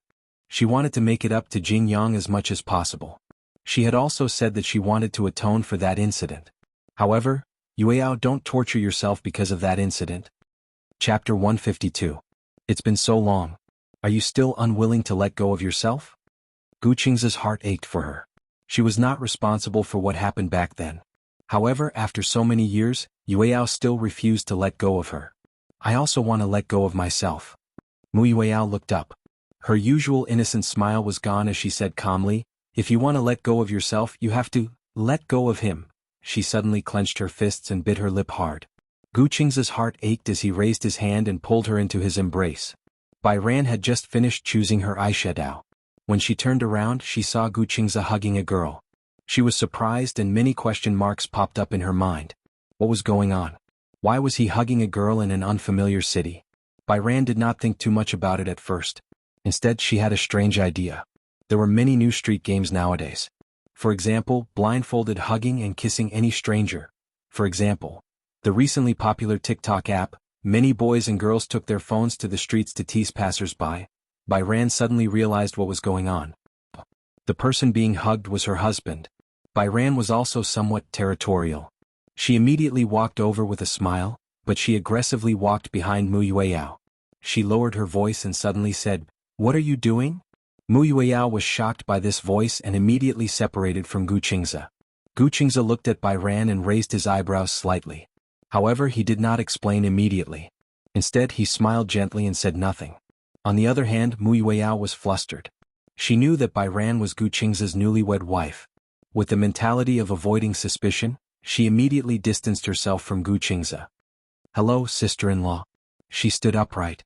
Her outstanding performance in the military training in university made Bai Ran think that she had a military background. "You, Aya, what a coincidence. It's fate to meet big brother Qingze and sister-in-law here." "Ah." She laughed awkwardly, which made Bai Hao puzzled. This girl, why did she feel so guilty? Mu Yueyao was stared at by Bai Ran and felt even more guilty. She quickly tried to smooth things over. "Big brother Qingze is so mean. When did he get married? He didn't announce it to the public." Bai Hao got straight to the point. "Why were you hugging each other?" Mu Yueyao explained, "Because brother Qingze and I haven't seen each other in a long time. I didn't expect to meet you in Hong Kong." Bai Ran looked at Gu Qingze suspiciously. Gu Qingze smiled and explained, "I haven't had the chance to introduce you. This is Yueyao Mu." "Ugh. Do you still remember my friend at the Spring River Heavenly Seal?" "Yes. Remember, his name is Yun Tianyu. Yueyao is his biological sister." His biological sister. No wonder when Bai Ran saw Yueyao, he immediately felt that there was something familiar about her. Just like Yun Tianyu, whom she met at the Imperial Seal, and also the movie queen Yun Shirshir. So she was his biological sister. Bai Ran's face turned slightly red. After all, she had misunderstood Yueyao just now. "Yueyao." She smiled and extended her hand to Yueyao in a friendly manner. "Hello, I'm Bai Ran." Yueyao hurriedly extended her hand. "Hello, sister-in-law Bai Ran." "Don't call me sister-in-law, it sounds awkward." No, sister-in-law is sister-in-law." Chapter 153. All right. Gu Qingze was amused by Yueyao's flattering look. "Which hotel are you staying at?" "Hilton." "When are you going back?" Just as Gu Qingze finished speaking, Bai Xing added, "Why don't we have dinner together later?" Mu Yueyao quickly shook her head. "Soke, no. Let's go together." I have to pick her up at the airport later." "Pick her up at the airport?" Bai Ran looked at Gu Qingze in confusion. What does this mean?" Gu Qingze said, "She has something to do later. I'll treat you and Jing Yang to dinner tomorrow." Mu Yueyao quickly retreated. Bai Ran looked at her back view strangely and asked curiously, "What's going on? She seems very shy." Gu Qingze was a little embarrassed. "It's because I didn't have time to tell her about my marriage. It was indeed rushed. Also, wasn't our previous marriage considered a secret? I didn't tell my friends and colleagues either. So, it's normal that your friends don't know. You don't have to look so guilty." Gu Qingze's lips curled into a smile. Suddenly, he looked at her mysteriously, but there was a hint of playfulness in his gaze. "Your reaction just now seemed particularly strange." "Strange? What's strange?" Being stared at by him, Bai Yu felt inexplicably guilty. Gu Qingze's gaze deepened. He lowered his head and asked in a voice that only she could hear, "You saw me hugging another girl just now. From your gaze it seemed like you were jealous?" Byran was so shocked that she almost bit her tongue. She stuttered, I wasn't jealous just now. I was just a little surprised." "Is it difficult to admit that you're jealous?" Gu Qingze pinched her nose lovingly and dotingly. "Tell me you're jealous." Bai Hao held his breath and puffed his cheeks. This feeling of being seen through was so embarrassing. She had always wanted to be a magnanimous wife. However, when she saw her husband hugging a strange girl, her first reaction wasn't to find out who the girl was, but to feel jealous. He felt that the scene was very eye-piercing. Bai Hao was like a kid who had made a mistake. He lowered his head. "If I'm jealous, will you feel unhappy?" Gu Qingze raised his eyebrows. "How can that be? I'm happy that you're jealous." "What? Because I would think that you must care a lot about me, that's why you're jealous." As Gu Qingze spoke, he gently kissed her cheek. "Sometimes I wish you could be more petty." When Bai Yu heard this, his face turned even redder. She pursed her lips. When she heard this, she finally admitted, "I was a little jealous just now. I felt sour, ha." Gu Qingze suddenly laughed softly. His voice was especially pleasant to the ears. It was as clear as spring water, without any impurities. Hearing this voice, Byran's face burned even more. She could vaguely hear him ask, "Have you chosen your eyeshadow?" Here's the ticket." Byran lowered her head and passed the ticket to him. Gu Qingze said to her, "Wait for me here. I'll go pay the bill." "Okay." Byran kept her head down as she secretly watched Gu Qingze's back view as he went to pay the bill. The more she watched, the happier she felt. Watch first appearance Zue new chapter section please go client, mobile address. Watch first appearance Zue new chapter section please go client, mobile address. Chapter 154. After shopping in Times Square, Byran had done a lot of planning before coming to Hong Kong. Therefore she suggested that they go to the online celebrity restaurant to check in. In the age of the internet, the concept of online celebrity restaurants and online celebrity dessert shops were everywhere. However, Gu Qingze did not have a good impression of online celebrity restaurants. The so-called online celebrity restaurants were actually cheap, affordable and more delicious. In the past, when he was on a business trip to another city, he would occasionally want to go to the online celebrity restaurants on a whim. However, in fact, many online celebrity restaurants often had a bad service attitude. Perhaps it was because business was too good and they had to serve many customers every day, so the waiters' tempers were not necessarily too good. In fact, there were countless places that were better than the online celebrity restaurants. It was just that because of the price they did not have much exposure. Gu Qingze was not very willing to go to the online celebrity restaurants, because, as expected, the attitude of the staff should be quite bad. Some people did not care about the service attitude. However, Gu Qingze was a very particular man. He was not willing to spend money to get angry. "Don't go to the online celebrity restaurants." Gu Qingze suddenly said, "I don't think there's anything good about the online celebrity restaurants." Actually, there are many restaurants that are better than the online celebrity restaurants. I used to come to Hong Kong for business trips often, so I know a few good restaurants. Do you want to try them? When Byran heard this, she was almost drooling. Okay. Gu Qingze saw her excited expression and could not help but laugh. "Why do your eyes seem to light up when it comes to delicious food?" "Because I'm so hungry. I'm a little hungry." As Byran spoke, she tilted her head. "I think that in this world only love and delicious food can't be let down." "Okay, you won't let me down, you won't let me down. It's a good thing that you like to eat." "How is it a good thing?" "Because if we quarrel in the future, as long as I take you to eat delicious food, you definitely won't be angry." Gu Qingze said it so matter-of-factly. Byran said, "Won't you feed me until I'm white and fat like this?" Gu Qingze said with a serious expression, "Isn't it good to be white and fat? You're so thin now.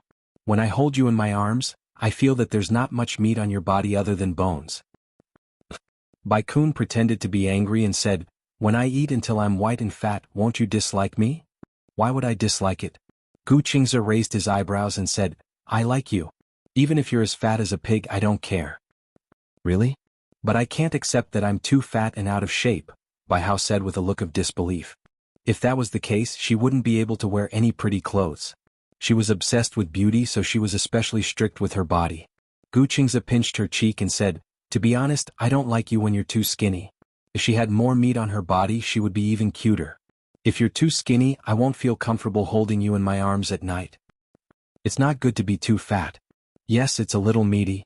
A little plumper is enough. When Bai Kun heard this, he was still a little skeptical. Let's go. If we're any later, we'll have to line up again. Gu Qingze naturally held her hand.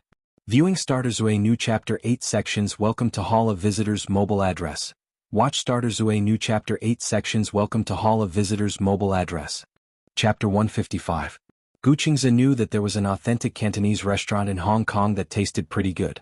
Hong Kong was inclusive of all things. The food culture of various countries bloomed here. However, when he came to Hong Kong, he naturally had to taste authentic Cantonese food.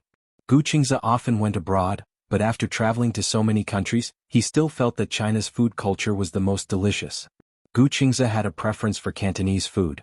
In Hong Kong there were many authentic Cantonese dishes, but for the picky Gu Qingze, the restaurants were also divided into different grades. As he was a regular customer, he would come to this restaurant every time he came to Hong Kong. Purple Air from the East was the name of this Cantonese restaurant. It was very recognizable and was easy to remember. When the manager saw Gu Qingze, he welcomed him warmly. Are you here on a business trip again? No. Gu Qingze pushed Bai Sheng in front of the manager and introduced her solemnly. This is my wife. This is our wedding trip. Hong Kong is the starting point. We plan to travel around the world to commemorate our wedding. When the manager heard that it was a wedding trip, he was a little surprised. A wedding trip? Yes. Although there were many people who wanted to go on a wedding trip and it was trending, not many people actually took action. When he heard that it was a wedding trip, the manager was so excited that his face was flushed red. Mr. Gu, you came at the right time. We have a honeymoon room here. It seems that fate has decided to prepare it for you. Gu Qingze nodded and held Bai Sheng's hand as he followed the manager to the room. Along the way, Bai Sheng was really getting more and more nervous. The restaurant's furnishings were especially luxurious. Although many glittering elements were used, they were not tacky. Instead, they showed a noble style. Bai Sheng was a little worried. She asked nervously in a low voice, "Will the expenses here be very high?" It had almost become an instinct for her to care about the amount of expenses. Because her life had always been tight, no matter what expenses she had, she would prioritize whether the amount of expenses would exceed her expectations. Gu Qingze said seriously, "From now on, you're not allowed to think about spending any more." I'm worried. The worry on Bai Sheng's face was so serious that Gu Qingze didn't know whether to laugh or cry. What are you worried about? I'm afraid that I'll spend too much money. What if I don't have enough money to go home halfway? Gu Qingze tried hard to hold back his laughter and said, "Then I'll sell you, okay?" In a moment of desperation, Bai Sheng blurted out, "But I don't think I can sell for much money." Ah! Gu Qingze burst out laughing. He had always been a reserved person. Smiling like this was already a bit of a loss of self-control. "Idiot, how are you worthless? You're a priceless treasure that only people can't afford. Besides, I won't really sell you. Well, don't mention the money anymore. Since we're going to travel around the world, I've brought enough money with me." He even brought a few black cards with him. The limit of the black card was unlimited. There was nothing to worry about. Only then did Bai Sheng relax. After the two of them entered the private room, Bai Sheng's concept of luxury was refreshed. The private room was especially big. The moment they entered the room, they were attracted by the crystal chandelier that occupied the entire ceiling. The chandelier was made up of countless crystal tubes. When the wind blew, they would collide with each other, creating a pleasant tinkling sound. Viewing Starter Zue New Chapter 8 Sections. Welcome to Hall of Visitors Mobile Address. Watch Starter Zue New Chapter 8 Sections. Welcome to Hall of Visitors Mobile Address. Chapter 156. It was too beautiful. The entire ceiling of the huge private room was occupied by this chandelier. Wasn't this chandelier too big? And it must have cost a fortune, right? She had seen a chandelier that was 1/10 the size of the chandelier. Just the chandelier alone cost tens of thousands. Just the chandelier in the private room must have cost several times the cost. Once they entered the private room, Bai Ran stared at the chandelier. Gu Qingze gently tugged at her sleeve. "What are you looking at?" "I'm looking at how many crystal tubes there are." Beside them, the waiter smiled knowingly and immediately explained, "Sir, our chandelier is made up of a total of 4,600 crystal tubes. More than 4,000 tubes. It was so grand." Bai Ran was so shocked that her mouth opened wide and she gasped. Before she could finish gasping, her peripheral vision was attracted by the luxurious floor-to-ceiling balcony. The private room was made up of a suite. Inside it, there was a pantry, a reception room, a bathroom, and a dining room. In addition, there was also a 40-square-meter balcony. The balcony was surrounded by roses. Dark green vines wrapped around the railings of the balcony. There was an inexplicable beauty to it. This time, the inhalation was exceptionally long. It's too beautiful. It was her first time eating in such a beautiful environment. She felt inexplicably touched. The heart of a young girl that had long withered in her heart seemed to have been revived. Gu Qingze saw that Bai Ran couldn't hide the surprise and love on her face and felt satisfied. Although this restaurant's per capita spending was high, the environment was really good. Other than the environment, the taste was also very good. The flavor was unique. It was much more meaningful than squeezing into the crowded shops that were popular on the internet. Bai Ran sat down and waited to order. However, after the waiter settled them down, he lit the candles and left quietly. Bai Ran was speechless. What's going on? Gu Qingze raised his eyebrows. What do you mean what's going on? Isn't anyone ordering? Ordering? Gu Qingze smiled and explained gently, there are only two menus here. One is the family menu and the other is the lover's menu. The dishes on the menu are fixed. You can't choose. Ah. Bai Ran felt that this way of eating was a little novel, but he still couldn't help but worry. However, if the set meal is fixed, then won't it be too much to eat? The amount here is based on everyone's average appetite. It won't be a lot. Moreover, it's very delicious. Even if you're full, you won't notice it easily. It had to be said that the owner of the restaurant had a unique way of doing business. Imagine a dish that was incomparably delicious, but there was only a fixed amount of it. No matter how delicious something was, it was inevitable that one would get sick of it after eating too much. With such a fixed amount of food, there would be nothing left after eating it. If one felt that it was delicious, they would feel that it was not enough. Next time, they would still be unable to resist coming here.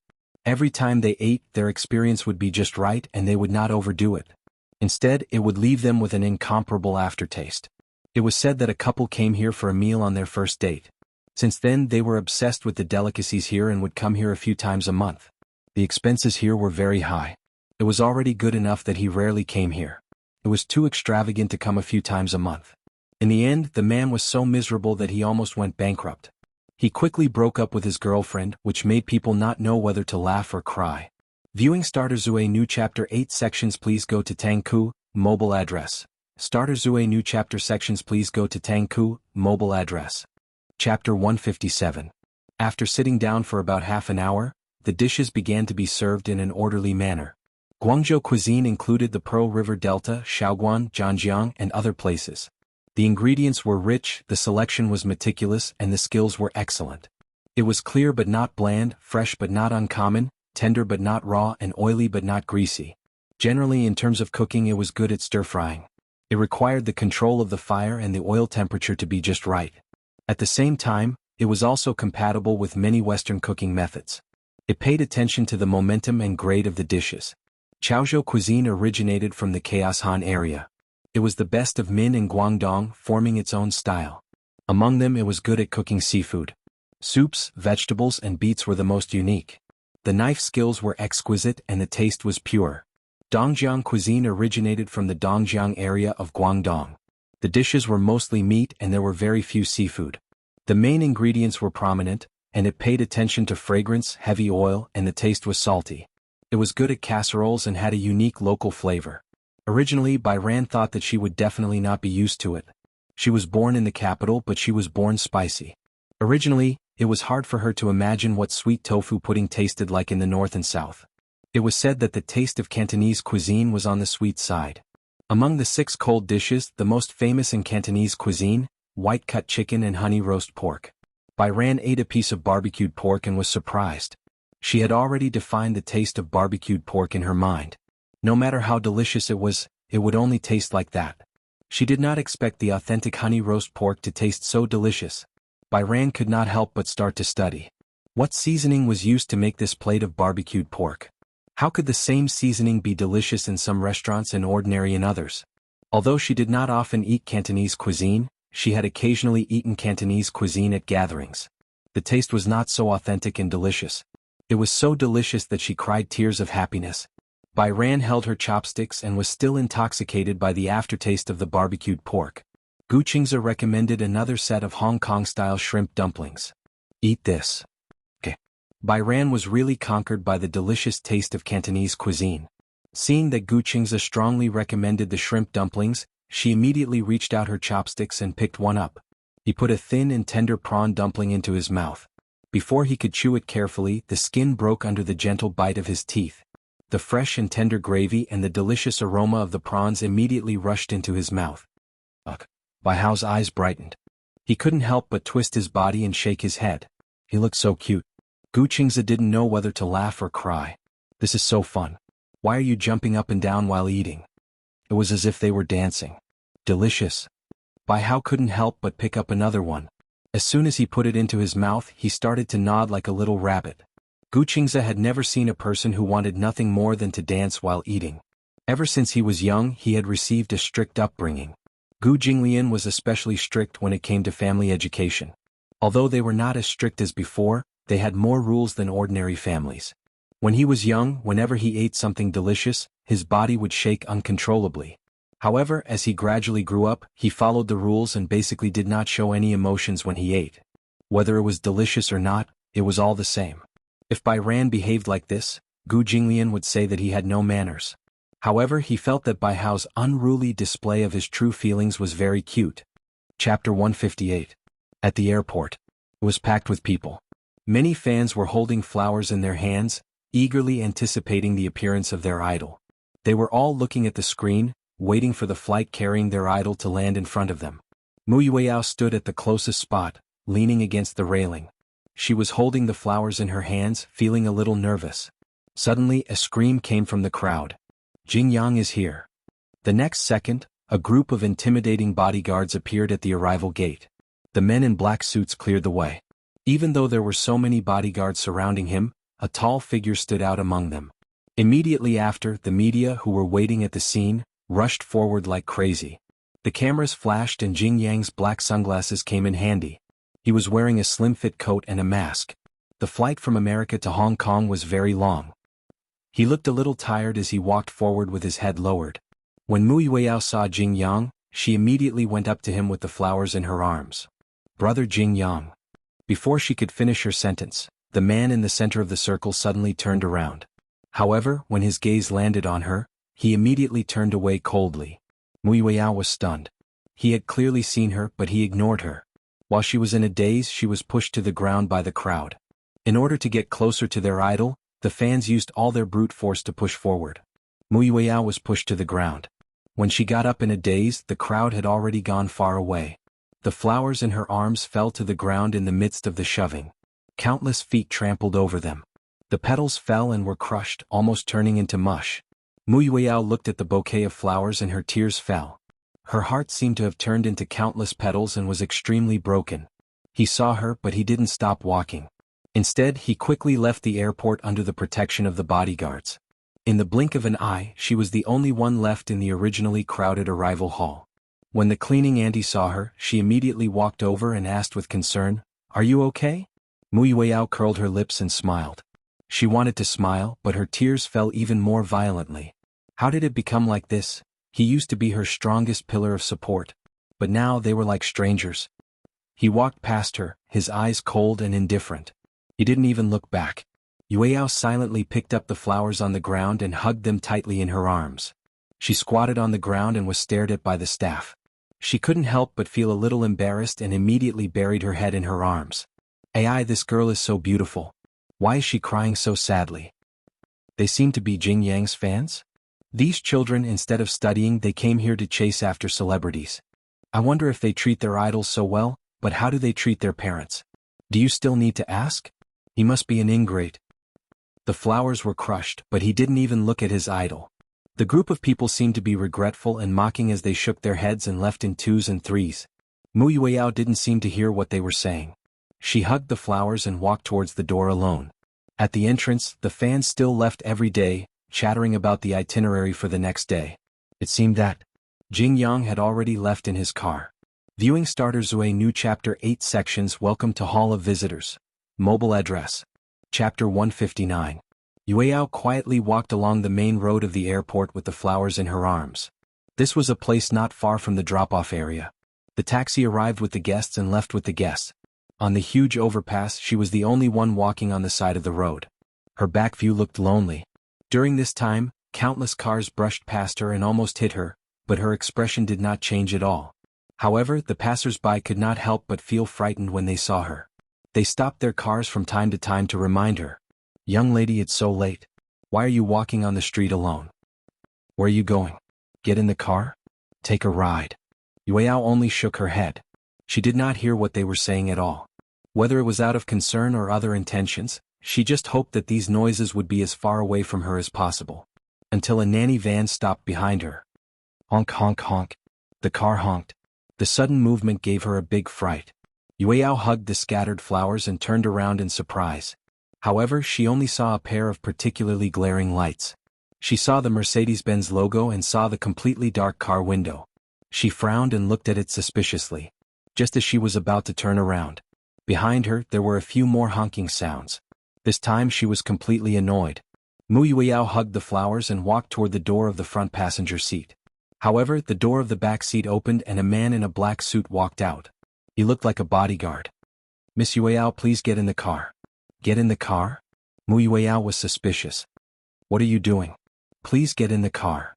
The man repeated again, but his attitude was surprisingly good. Yueyao could not help but look at the back seat. From her angle, she could vaguely see the silhouette of a man. She was a little surprised.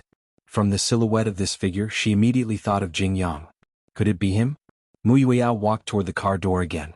However, the bodyguard raised his hand and gently pressed it against her back, pushing her into the car. After some hesitation, Yueyao sat in the back seat.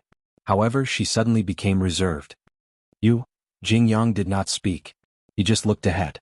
The bodyguard got into the front passenger seat and closed the door, cutting off all the noise outside the car. The soundproofing of the car was very good. She could even clearly hear the man's steady and quiet breathing beside her. She was at a loss for a moment. She lowered her head and looked at the flowers in her arms that had been crushed by someone's foot. She was even more embarrassed. In his opinion, she must be very stupid. He wanted to throw it away, but he couldn't just open the window and throw it away. Yueyao hugged the flowers tightly in annoyance. She didn't know whether to throw them away or not. She just sat there like a fool. The man beside her didn't say anything, and he didn't even pay attention to her. His eyes were looking out the window and she didn't know what he was looking at. After a long time he suddenly spoke. "Don't do this kind of thing again." "Such a thing?" Yueyao widened her eyes in surprise. "What's the matter?" Jingyang did not look at her. Instead he snorted. "What do you think?" Yueyao felt a little wronged. She had traveled thousands of miles to Hong Kong just to pick him up from the airport, but he brushed it off by saying, "Such a thing." No matter how warm her heart was, it was instantly splashed with a basin of cold water. "I know." Yueyao was a little peeved. "I won't do it again." Jingyang asked again, "Where are you staying?" "I'll get the chauffeur to send you back." End of chapter. Chapter 160. Just as Yueyao was about to answer, she suddenly realized that she had booked the same hotel as him. If she were to tell him that the hotel she had booked was the hotel that the organizer had arranged for him, wouldn't it seem too deliberate? Yueyao gulped, feeling wronged. She pursed her lips but didn't say anything. Seeing that she was silent, Jingyang frowned and asked, "Where are you staying?" He repeated his words again, his tone showing his impatience. Yueyao immediately said, "Drop me off at the junction. I'll take a cab back." "I said I'll get the chauffeur to send you." "Why are you sending me?" Yueyao was trying to provoke him. She smiled helplessly and said, "Didn't you say so? You told me not to pester you anymore. You can just drop me off at the junction. Don't worry, no matter how capable I am, I won't pester you anymore." Jingyang silently scrutinized her for a long time.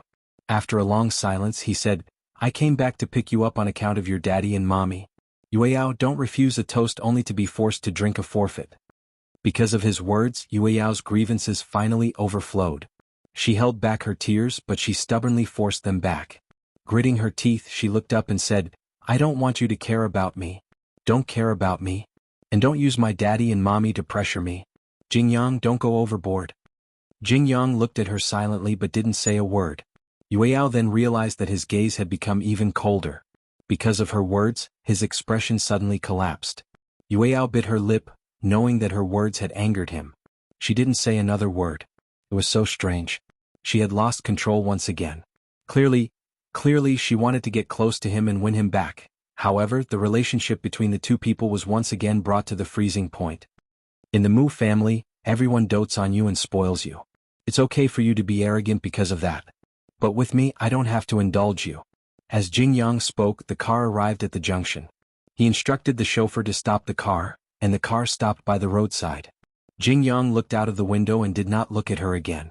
Although he didn't say anything, the cold air reminded her that he was chasing her out of the car. Mu Yueyao didn't stay any longer. She hugged the flowers and got out of the car directly. As soon as she got out of the car, the bodyguard got out of the front passenger seat and closed the door. He then returned to the front passenger seat and the car sped away. Mu Yueyao did not turn back to look at the car. It was not until the sound of the engine had faded away that her tears stopped falling. How did it end up like this? Even if it was because of that incident, so many years should be enough, right? In front of him, she had always been humble, patient, pandering, and guilty. He saw it all but remained unmoved. Was she so unforgivable? Even if she was young and ignorant and made a mistake after so many years, even if he didn't forgive her, he wouldn't look at her with such hatred. If apologizing was useful, she was willing to apologize to him 1,000,000 times. If there was a way to pay for her mistakes, she was willing to do everything she could to repay the past. But the past could no longer be reversed. Why couldn't he forgive her? Mu Yueyao stood by the roadside. At this moment, the street was no longer as busy as before. There were few pedestrians and only cars coming and going. She knew that he wouldn't instruct the chauffeur to turn around. He had really abandoned her.